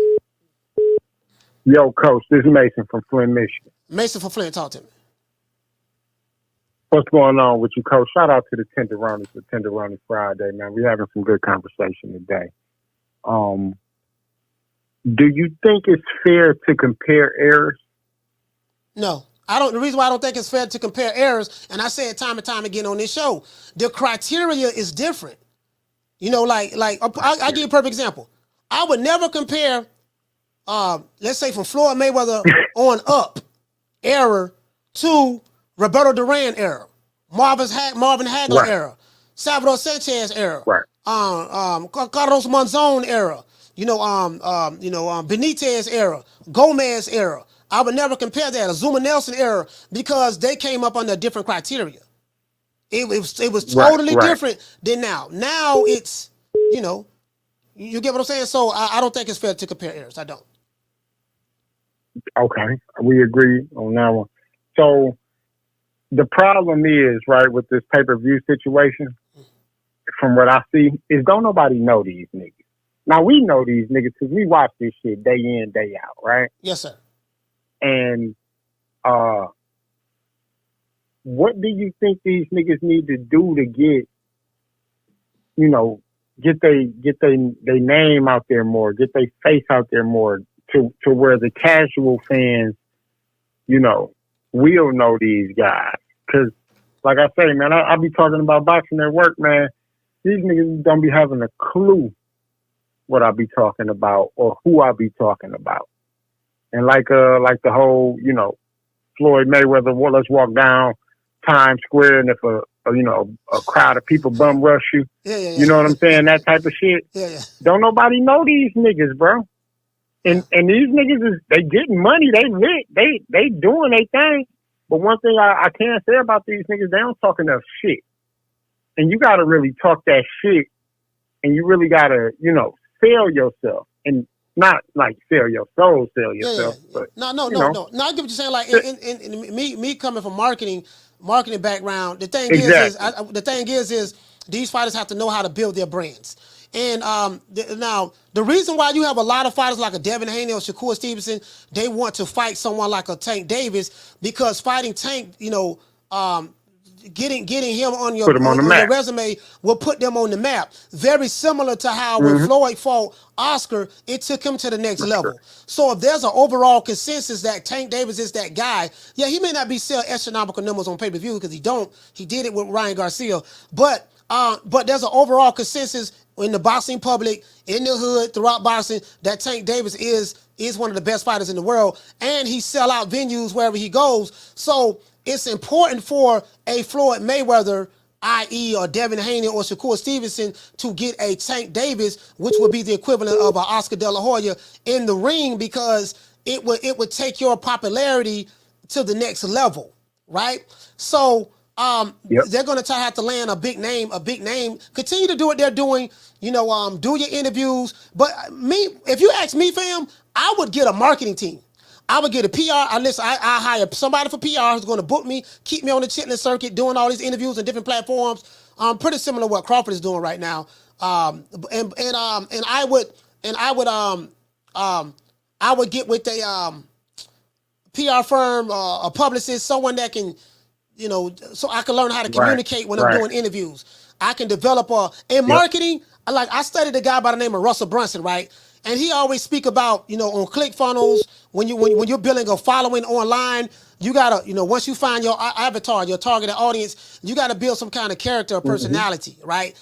And these fighters are gonna have to learn how to market themselves by building their character, building their personality up a little bit more and stuff like that. Now, people say, people disregard that. No, you ain't got to do that. Just fight and you're gonna show up and people gonna come. Well, if that's the case, the numbers are not showing that. The numbers are not showing that. Media is very, very important, especially in today's time. So, and see, and just like, and I hate to compare this, but like in rap with black fighters, you kind of got to get a gimmick behind you. You know what I'm saying? Like AB. Now AB kind of fell off toward the end, but he was loud, he was flashy, he talked that shit. You know what I'm saying? And he was supposed to be the next nigga up. Next Floyd Mayweather. But his personal life kind of ended. But he kind of piggybacked off of Floyd. He kind of piggybacked off of Floyd because he had the co-sign from Floyd. He had rappers breaking him to the stage. People were saying he gonna be the next Floyd Mayweather. They was matchmaking him very well. Golden Boy was doing it. Al Heyman and them was around. This before PBC. It all blew up when he fought Marcos Maidana. All that money went to his head, got his ass knocked the fuck out, and it was a wrap after that. But you can't, like you say, you gotta market yourself, you gotta build your brand, and you gotta sell yourself, and they're not doing that, and that's why these pay-per-views ain't really selling like that. Because, like you say, man, when you put a pay-per-view out there, you gotta make people want to buy this shit. This ain't a necessity. You gotta make people want this shit. I got you. Well, listen, and like I say, Go ahead. We got other calls called. Go ahead. No, we got other calls. Go ahead, Coach. My bad. I'm filibustering the line. Shout out to you, Coach. Have a good one, boss. All right, shout out to Mason, man, for Flint. Yeah, I mean, that's what I would do. That's what I would do. You got to know how to market yourself. But again, I'm coming from a marketing background. These fighters don't know nothing about marketing. They probably don't know how to build a team. They probably consider marketing themselves as, finding a YouTube channel that's going to talk about them all the time, and it's not that simple. It's really not that simple. If that was the case, a lot of these guys would be bigger than what they are. So, but you get what I'm saying. That's what I would say. You're in a social media era. Carla, hold on. You're in a again. My advantage is I understand how marketing works, advertising works, and how to build your brand and stuff like that. You have the name you're very talented. Now, if you can get the marketing behind the talent and learn some communication skills, I'm not saying you got to be Ali, but just know how to do an interview. You have dudes do an interview, no, you get what I'm saying? Like, learn how to speak in public, like, public speaking, understand that like, these are some of the things that I would do. Of course, none of these fighters would do it, but that's what I would do. Like, I will invest money in that myself. Carla, what's your name? Where you calling from? Man, what's up, Coach? It's inevitable. It's D-Block, D-Town, D-City, D-Ville, Baltimore. D-Block, talk to me. Now, we're talking about the best subject in the whole world, Coach. We're talking about Devin Haney versus Prograis. We're talking about Tank Davis versus Cruz 2. Rematch. The rematch that nobody want to see. That pay-per-view is going to flop, and I hope it does, Coach. I don't care. I love boxing. You know me, Coach. I live and die boxing up in here. But guess what, Tank Davis, bobblehead, Baltimore's own son, you're going to flop, and you're going to wish you had a Ryan Garcia type of people around you, man. You ain't going to make $1 million no more pay-per-view buys. It's not going to happen. until you go in there and fight the legit champ, until you go in there and fight the top competition. And this is where Devin Haney and his dad and whoever's behind him with marketing is going to make it happen for him. This will be his second pay-per-view. The first pay-per-view with Lomachenko did 150,000 pay-per-view in ESPN, and that's good for him to do the first time ever to be in pay-per-view. And for him to go up there and fight the 140 champ, Mr. Prograis, Mr. New Orleans, Mr. King of his ring, WBC champion, he's fighting a real threat, Coach. Who do you think, Coach, has a legitimate factor of having a Mayweather legacy faster at his lane at the end of the day and a Hall of Fame career? Haney or are we going to talk about Tank Davis, Coach? So the question is, who do I think is going to have a Floyd Mayweather Hall of Fame career? That's yes, the question. Sir. It's very difficult. I just sat here and I read to you exactly what Floyd Mayweather had to do in order to become, the guy who everybody likes to reference. He had 35 fights, and he had to, he had to put in the work. He put the 35 fights in with Top Rank, and then once he became a free agent, he started. He had to have that signature win over Oscar De La Hoya. You need a guy that's it was the perfect storm. That was the cash cow at that time. In his respective division outside of Mike Tyson, the Golden Boy, and I think that was his. Oscar was fighting boxing for 15 years at that point.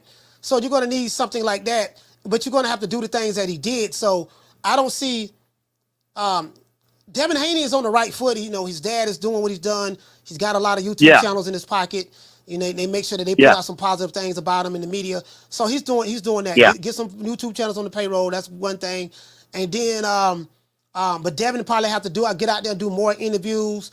I don't know. It's going to take time, fam. Like, you're not going to do what Floyd did overnight. Like, you got to understand, it took Floyd years to build up. It may take Devin Haney some more years to even get to that point. Now, Tank Davis is pretty much, from a financial standpoint, he's doing very well from a financial standpoint. But from a legacy standpoint, from boxing, I don't think Tank Davis cares anything about legacy, so I don't even want to put him in that category.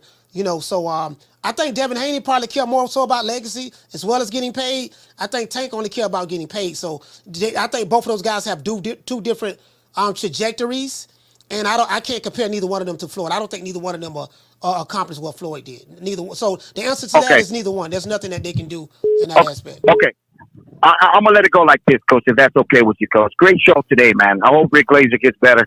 I'm gonna go right where you were talking about, Coach. Devin Haney is following the footsteps, could be, of Floyd Mayweather, traditionally, of what a pay-per-view star is supposed to be. You fight legitimate champs.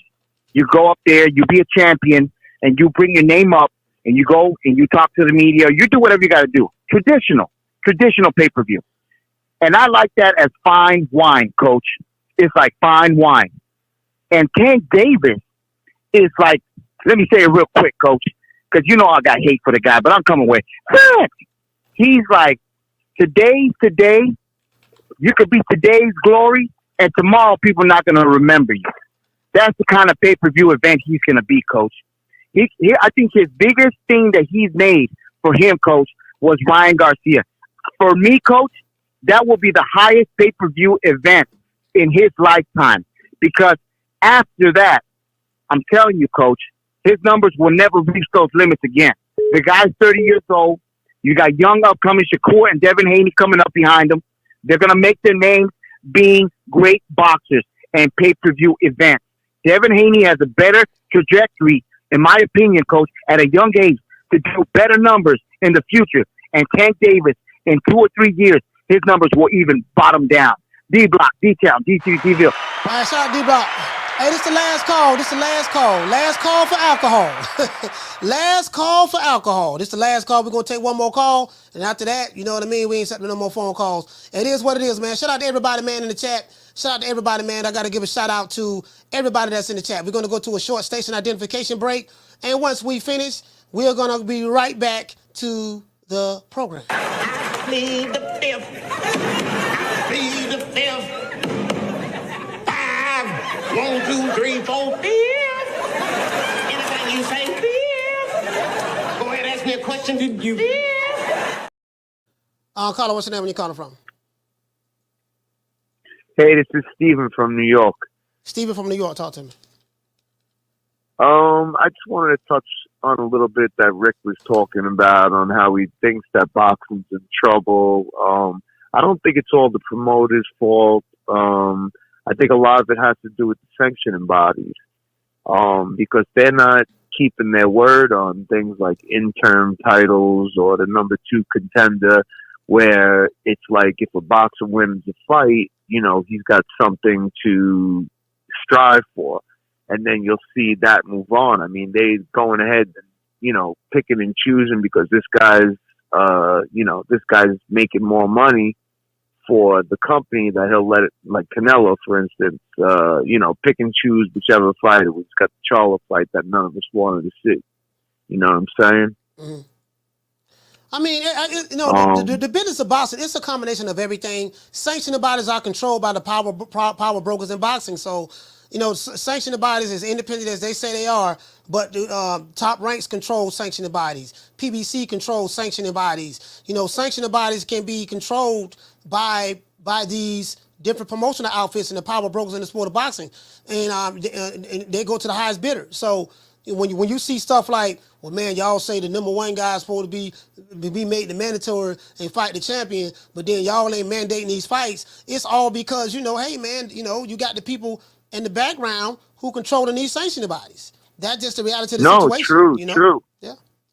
Yeah, but also at the same time, it's like the UFC has a really good model. You know, it's like, you know, these guys fight and every fight means something, you know, to work their way to the top. And then you get exciting fights like that. If we could get sanctioning bodies to get together and actually, I mean, I think that it could become, you know, rejuvenated. Yeah, but the thing Just is, my thought. Listen, I'm with you on that, Stephen, but the UFC has a different model than boxing. Boxing is a sport that's been around for over 100 years, way longer than... Yeah. Boxing been around for 1,000 years for the most part. And UFC is fairly a new company in comparison to boxing. So boxing has an old business model that ain't going nowhere, and UFC being the baby of the bunch in combat sports, they have a business model that fits what they do. And it works for them. You get what I'm saying? And so boxing is just different. I agree with you saying, but boxing will never be like that. It is what it is, you know? What do you think is going to happen if they get to, like, in other words, with PBC, if they end up getting, you know, this deal with one of these primes and, you know, they're only going to put on pay-per-view fights? I mean, you know, how are they going to justify putting on, you know, 2 guys who are, you know, not even in the top 3. I mean, who the hell is going to pay for that? And how are they going to pay their fighters? You know, it's that's not my problem. I mean, if they can, you know, that's not my problem. They can put on, it could be Top Rank, it could be Matchroom, it could be PBC. It doesn't matter who the company is. They can put on Papa Smurf versus Smurfette and put it on pay-per-view. It's up to me to decide whether I want to buy it. I'm not going to complain about who they're going to put on pay-per-view. I'm just going to make a conscious decision whether I'm going to buy the fight or not buy the fight. You know, that's, you know, they got to deal with that. That's on them. But salute to you, fam. Shout out to Steven from New York. Salute. Yeah, I'm not worried about how they going to pay their fighters. That ain't shit. That ain't my problem. Me, the consumer, I don't give a damn. Shit, you know, I'm not the one that got to pay them. You know, caller, what's your name? Where you calling from? Jamie from New York. Your last call, Jamie from New York. Let's go. Talk to me, fam. Hey, I'll make it quick. Oh, sorry, man. That was me blowing up the phone, bro. Listen, you mentioned Angel Manfredi's name earlier and brought back memories. He was a good fighter, and that was a great win for Floyd at the time. Yeah, it was. You know? Was absolutely. Yeah, Coach. The problem with these fights that they're making, that, you know, that they're not pay-per-view worthy, is doing more harm than good for the sport of boxing. You know what I'm saying? Because let me tell you, not every fight that looks on paper is a pay-per-view fight. You know what I'm saying? So these people are hardly known. You know what I'm saying? Nobody knows these guys. So really, the boxing fans like us, we're not really paying for this fight. To be honest with you, Coach, especially with listen, I'm gonna tell you another thing, Coach, that's hurting boxing. You know, you heard like they want to like marinate fights. You know what I'm saying? Like for me is they like over marinate these fights. Yeah. We got to wait so long to get a big fight, and by the time it comes, they either took losses or we're not interested anymore. Some people don't want to even buy for it because they waited so long. When it comes, people don't buy it. So that's another issue, man. That over marinating these fights, man. Like we're still waiting for Tank, to fight a decent guy, one of the top guys. We got Usyk and fucking Fury. You know what I'm saying? We have to wait for Bud and Spence a long time, and that's another thing that hurts boxing, man. You know what I'm saying? And another thing, Coach Floyd. I don't know what it is with this motherfucker trying to convince everybody that he's the best ever. I'll tell you what, man. I don't know what his problem is. Why can't he respect another man's opinion? You know what I'm saying? Like me. I like the guy. He's an all-time great. But if I ever meet him, I'm going to tell him in his face, you're not the top dog, man. You're not the man. You know what I'm saying? You're not the top guy. Why? Coach, let me tell you, bro. It's like, do you really lose sleep over this shit, bro? You know what I'm saying, Coach? Like, why does he work so hard to try to convince everybody he's the top dog? You know what I'm saying? And he knows, man. He knows. I think he's got a conflict. Yeah, I mean, if you got to go ahead and go out of your way to continue to do that over and over and over and over and over again, then I guess you're not. Floyd Mayweather has some fans. Yeah. The Flomos, and the Flomos are still around. The Flomos have become Tate Davis fans. They become Errol Spence fans. They become pro PBC. Anybody that's pro PBC, more than likely they Flomos. And that fan base, the Flomo fan base, is a hell of a fan base because they worship the hell out of Floyd. And if you don't agree with them, if you don't say that Floyd Mayweather is the greatest fighter in the history of boxing, out of anybody that ever fought, like that's their mindset, that's their mentality. And to me, that's just straight bullshit. Yeah. They have a right to feel the way they want to feel. I don't have a problem with that. But the issue that I have is they get upset with you when you don't agree with them. And this is the political climate that we're in today in society. When we're in society today, when you don't agree with the popular opinion or the opinion of a certain group, they like to gang up on you, try to shame you, and attack you because you don't agree.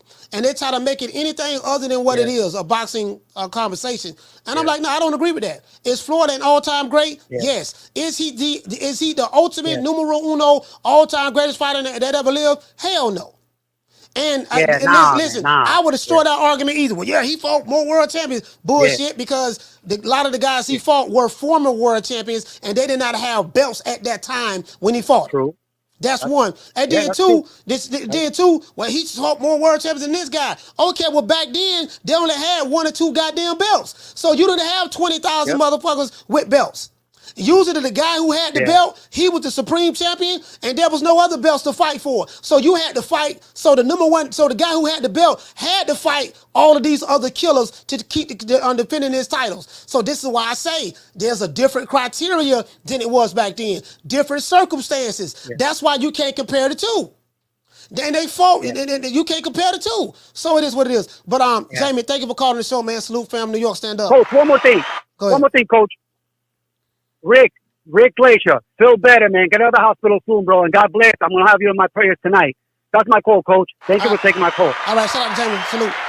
Yeah, that's it, fam. So, I don't do the straw man arguments. I don't give a fuck about radical, fanatical fanboys. I hate fanboys with a passion.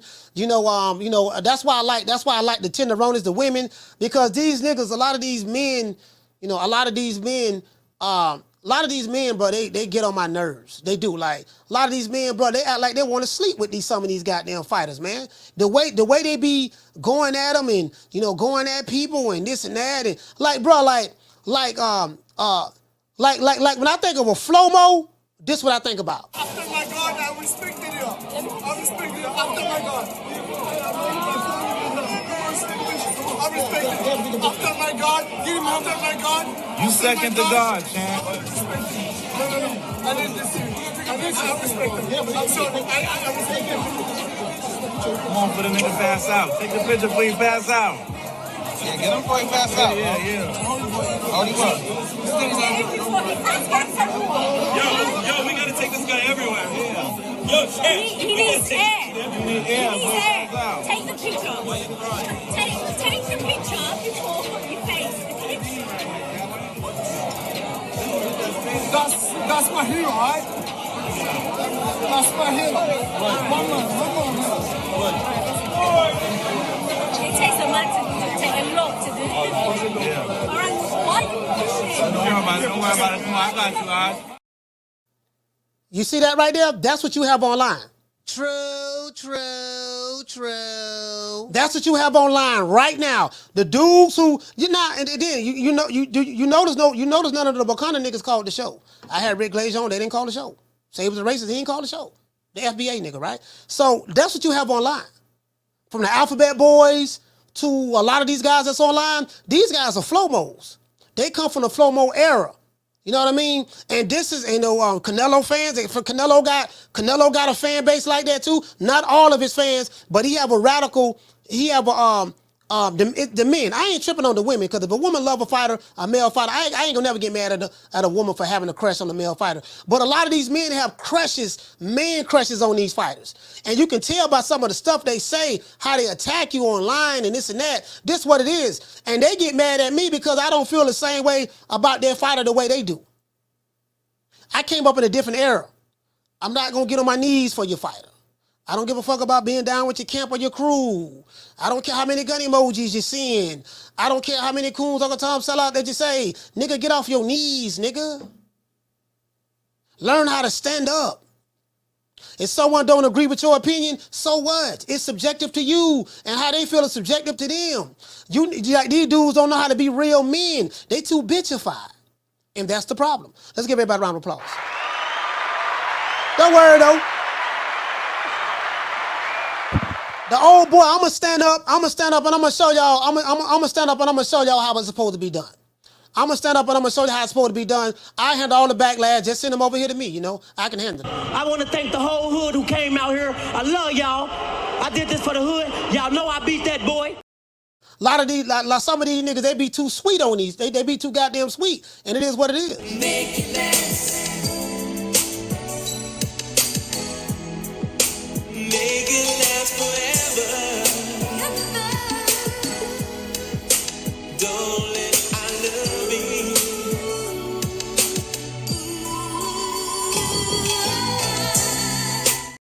You have a laptop revolutionary, a whole ass nigga laptop revolutionary at home. What that whole nigga name, E-Money, who be calling the show sometimes, calling me coon and shit. This whole, I can envision this whole ass nigga. This whole ass nigga at home right now doing this.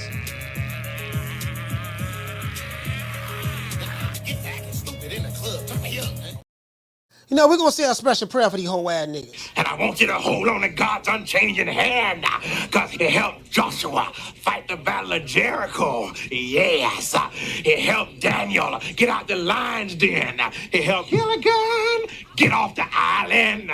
Lord. I tell these niggas time and time again, you ain't got to like it, nigga, but you better respect it. Nigga, when my name come up, respect it. Let's go. Stop playing with my fucking name. All three of y'all, stop playing with my name. I ain't gonna say it no more. Put some respect on my name. Shout out to L from Kansas City. Shout out to Damien from B-More. Shout out to D-Block from Dallas 2 times. Shout out to Troy from B-More. Shout out to Coach Eddie from the ATL. Shout out to Shout out to Ed from Philly. Shout out to Mason from Flint, Michigan. Shout out to Steven from New York. And shout out to Jamie from New York. And we got to give a shout out to all the tenderonis, boy. I love the tenderonis so much, boy. Listen, you know what? These niggas get on my goddamn nerves. Like, I love the sisters. I'm just gonna continue to love the sisters, man, because these niggas on their knees. These niggas crying over niggas and threatening people over niggas. I ain't never had a tenderoni call me and threaten me, drop the addy, or none of that shit about they fighter because they so in love with these niggas. And it's like, dude, just because somebody don't see things the way you see it, doesn't necessarily mean they hate the guy or whatever. It is what it is. But hey, man, shout out to the tenderoni, man. Shout out to Abigail. Shout out to Summer in November. Shout out to Lisa Bells. The weed is wearing off, guys, so you can see it in my face. My weed is wearing off. Shout out to Passion for Beauty. Shout out to Elena. Shout out to Bless 365. Shout out to Jackie Hernandez. Shout out to Sheila E. Shout out to La Jessica. Shout out to Nick Rich. Shout out to Food Revolution. Shout out to Green Eyes P. Shout out to the Duchess of Wisdom. Shout out to Letitia. Shout out to Kiki. Shout out to Ebony 76. Shout out to Mimi 24. Shout out to Fee on the Tube. Shout out to Miss Connie. Shout out to Berenice Mendez. Shout out to Lita. Shout out to the lovely Amina. Shout out to Tila. Omaha, Nebraska. Shout out to Bree. Shout out to Felicia Williams. Shout out to Mo Easy. And shout out to the lovely goddess. Let's go all the sisters, round of applause.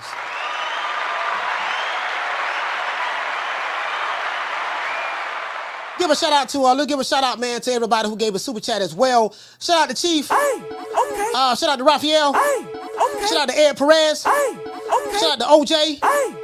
Shout out to Shad. Shout out to Deal 87. Shout out to Dr. Paul Evans. Shout out to Boxing Gyms. And I think that's it. Did I get the cash apps? I think I got the cash apps as well. Yeah, I did get the cash apps. I read the cash apps earlier. Let's give a shout out to everybody that's in the chat, the few people I can see. Shout out to School of X-Man. Shout out to L. Harvey. Salute to JC. Shout out to Charles Johnson. Shout out to Robin V. Shout out to Jamie Rivera. Shout out to Daniel Agnew. See who else we got in the building, man. Shout out to Swat Jones. Shout out to JC. Knockdown 305. FBA say I've been driving, but I'm gonna call tomorrow though. Yeah, whatever, man. Listen, my phone line is open, man. 530-494-9636. You can call after the show. You can call before the show. You can call during the show. Just make sure that make sure you have all of the questions you want to ask ready. I'm gonna be ready for you. I promise you that. Shout out to T Seals. Shout out to Corey Bradley. Shout out to John B. Poetic.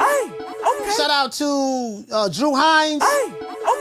And it is what it is, man. Salute to everybody in the chat, man. If I didn't get you, man, it's just too many names for me to remember. You get what I'm saying? It is what it is. And before we go, we got to say all praises due to the Most High, the Most Exalted, the greatest human being on the planet Earth, Mr. Al Heyman. Well, you know, I guess I got to be like everybody else and sing Al Heyman. I can quit my job now, baby. 6 figures, baby. You feel me? But a name. Do you have a name? Oh, nah, I ain't got no name, you know. Name them names, man. They know who they is. Name them names, please. The names need to be named. They know who they is. The Mexican monster.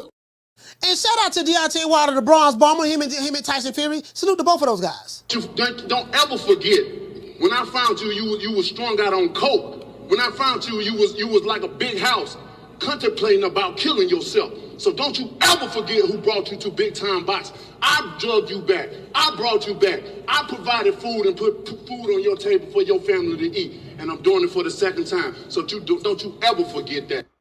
Now, this is the type of fight that I want to see on pay-per-view. Oh, pussy ass nigga, what's going on, boy? I'm telling you, boy, I'm knock your fuck ass out, boy. Blow for blow, pound for pound, nigga. I got the title, nigga. I'm telling you, boy, finna knock one of you what kind of niggas out. Nigga, I got these hands, nigga. I'm throwing them paws at that nigga, finna knock your ass down again, nigga. Get your ass back up, nigga. Don't run, nigga. I'm telling you, boy, I want all the smoke. Nigga, I'm throwing them paws, nigga. I'm putting them hands on you, nigga. I told you what I'm gonna do to you, nigga. Catch you with the check left hook. Nigga, check left hook, nigga. I told you, boy, pound for pound, nigga. I'm the best. This more action than any Devin Haney fight. Put these paws on you, nigga. I told you, I got you backing up, nigga. I got you backing up. Nigga, watch that check left hook, knock your ass down again, nigga. I'm telling you, boy, it is what it is, nigga. I'm gonna make it do what it do. I'm telling you, boy, we ain't even playing over here, boy.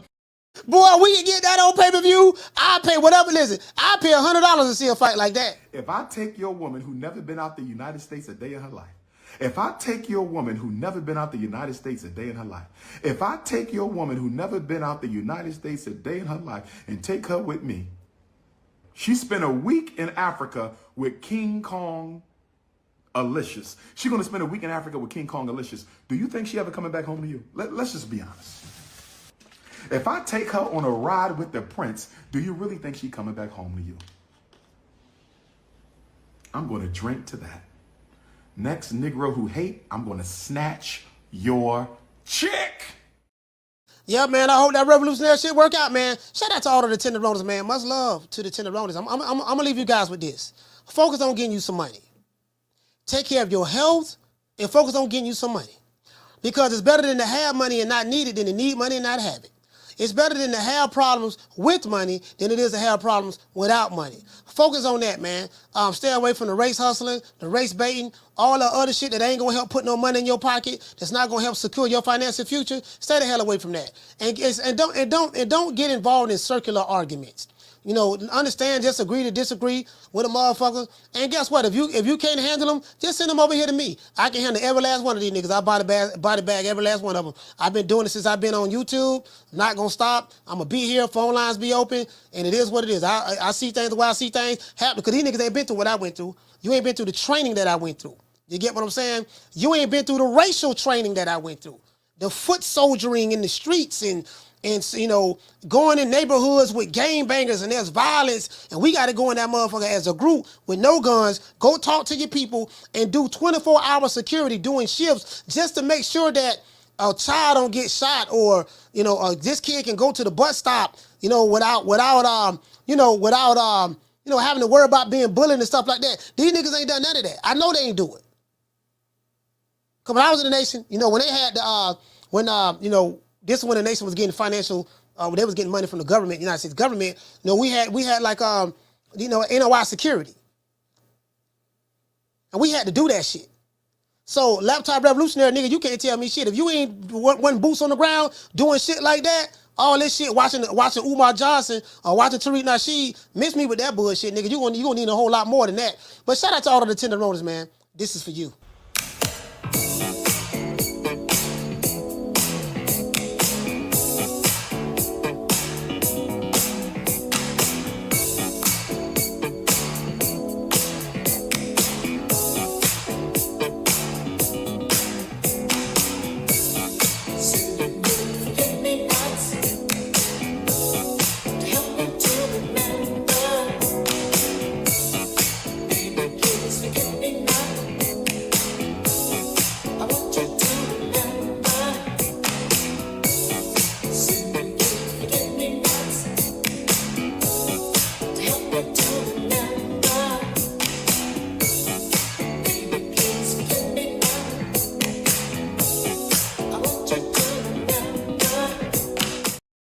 Hey, man, I'll see you guys tomorrow, man. We're doing a fight party tomorrow, so we will see each other tomorrow. Got a video on dropping tomorrow, man. Peace to the family. And please sign up for the newsletter. It is pinned to the top of the chat.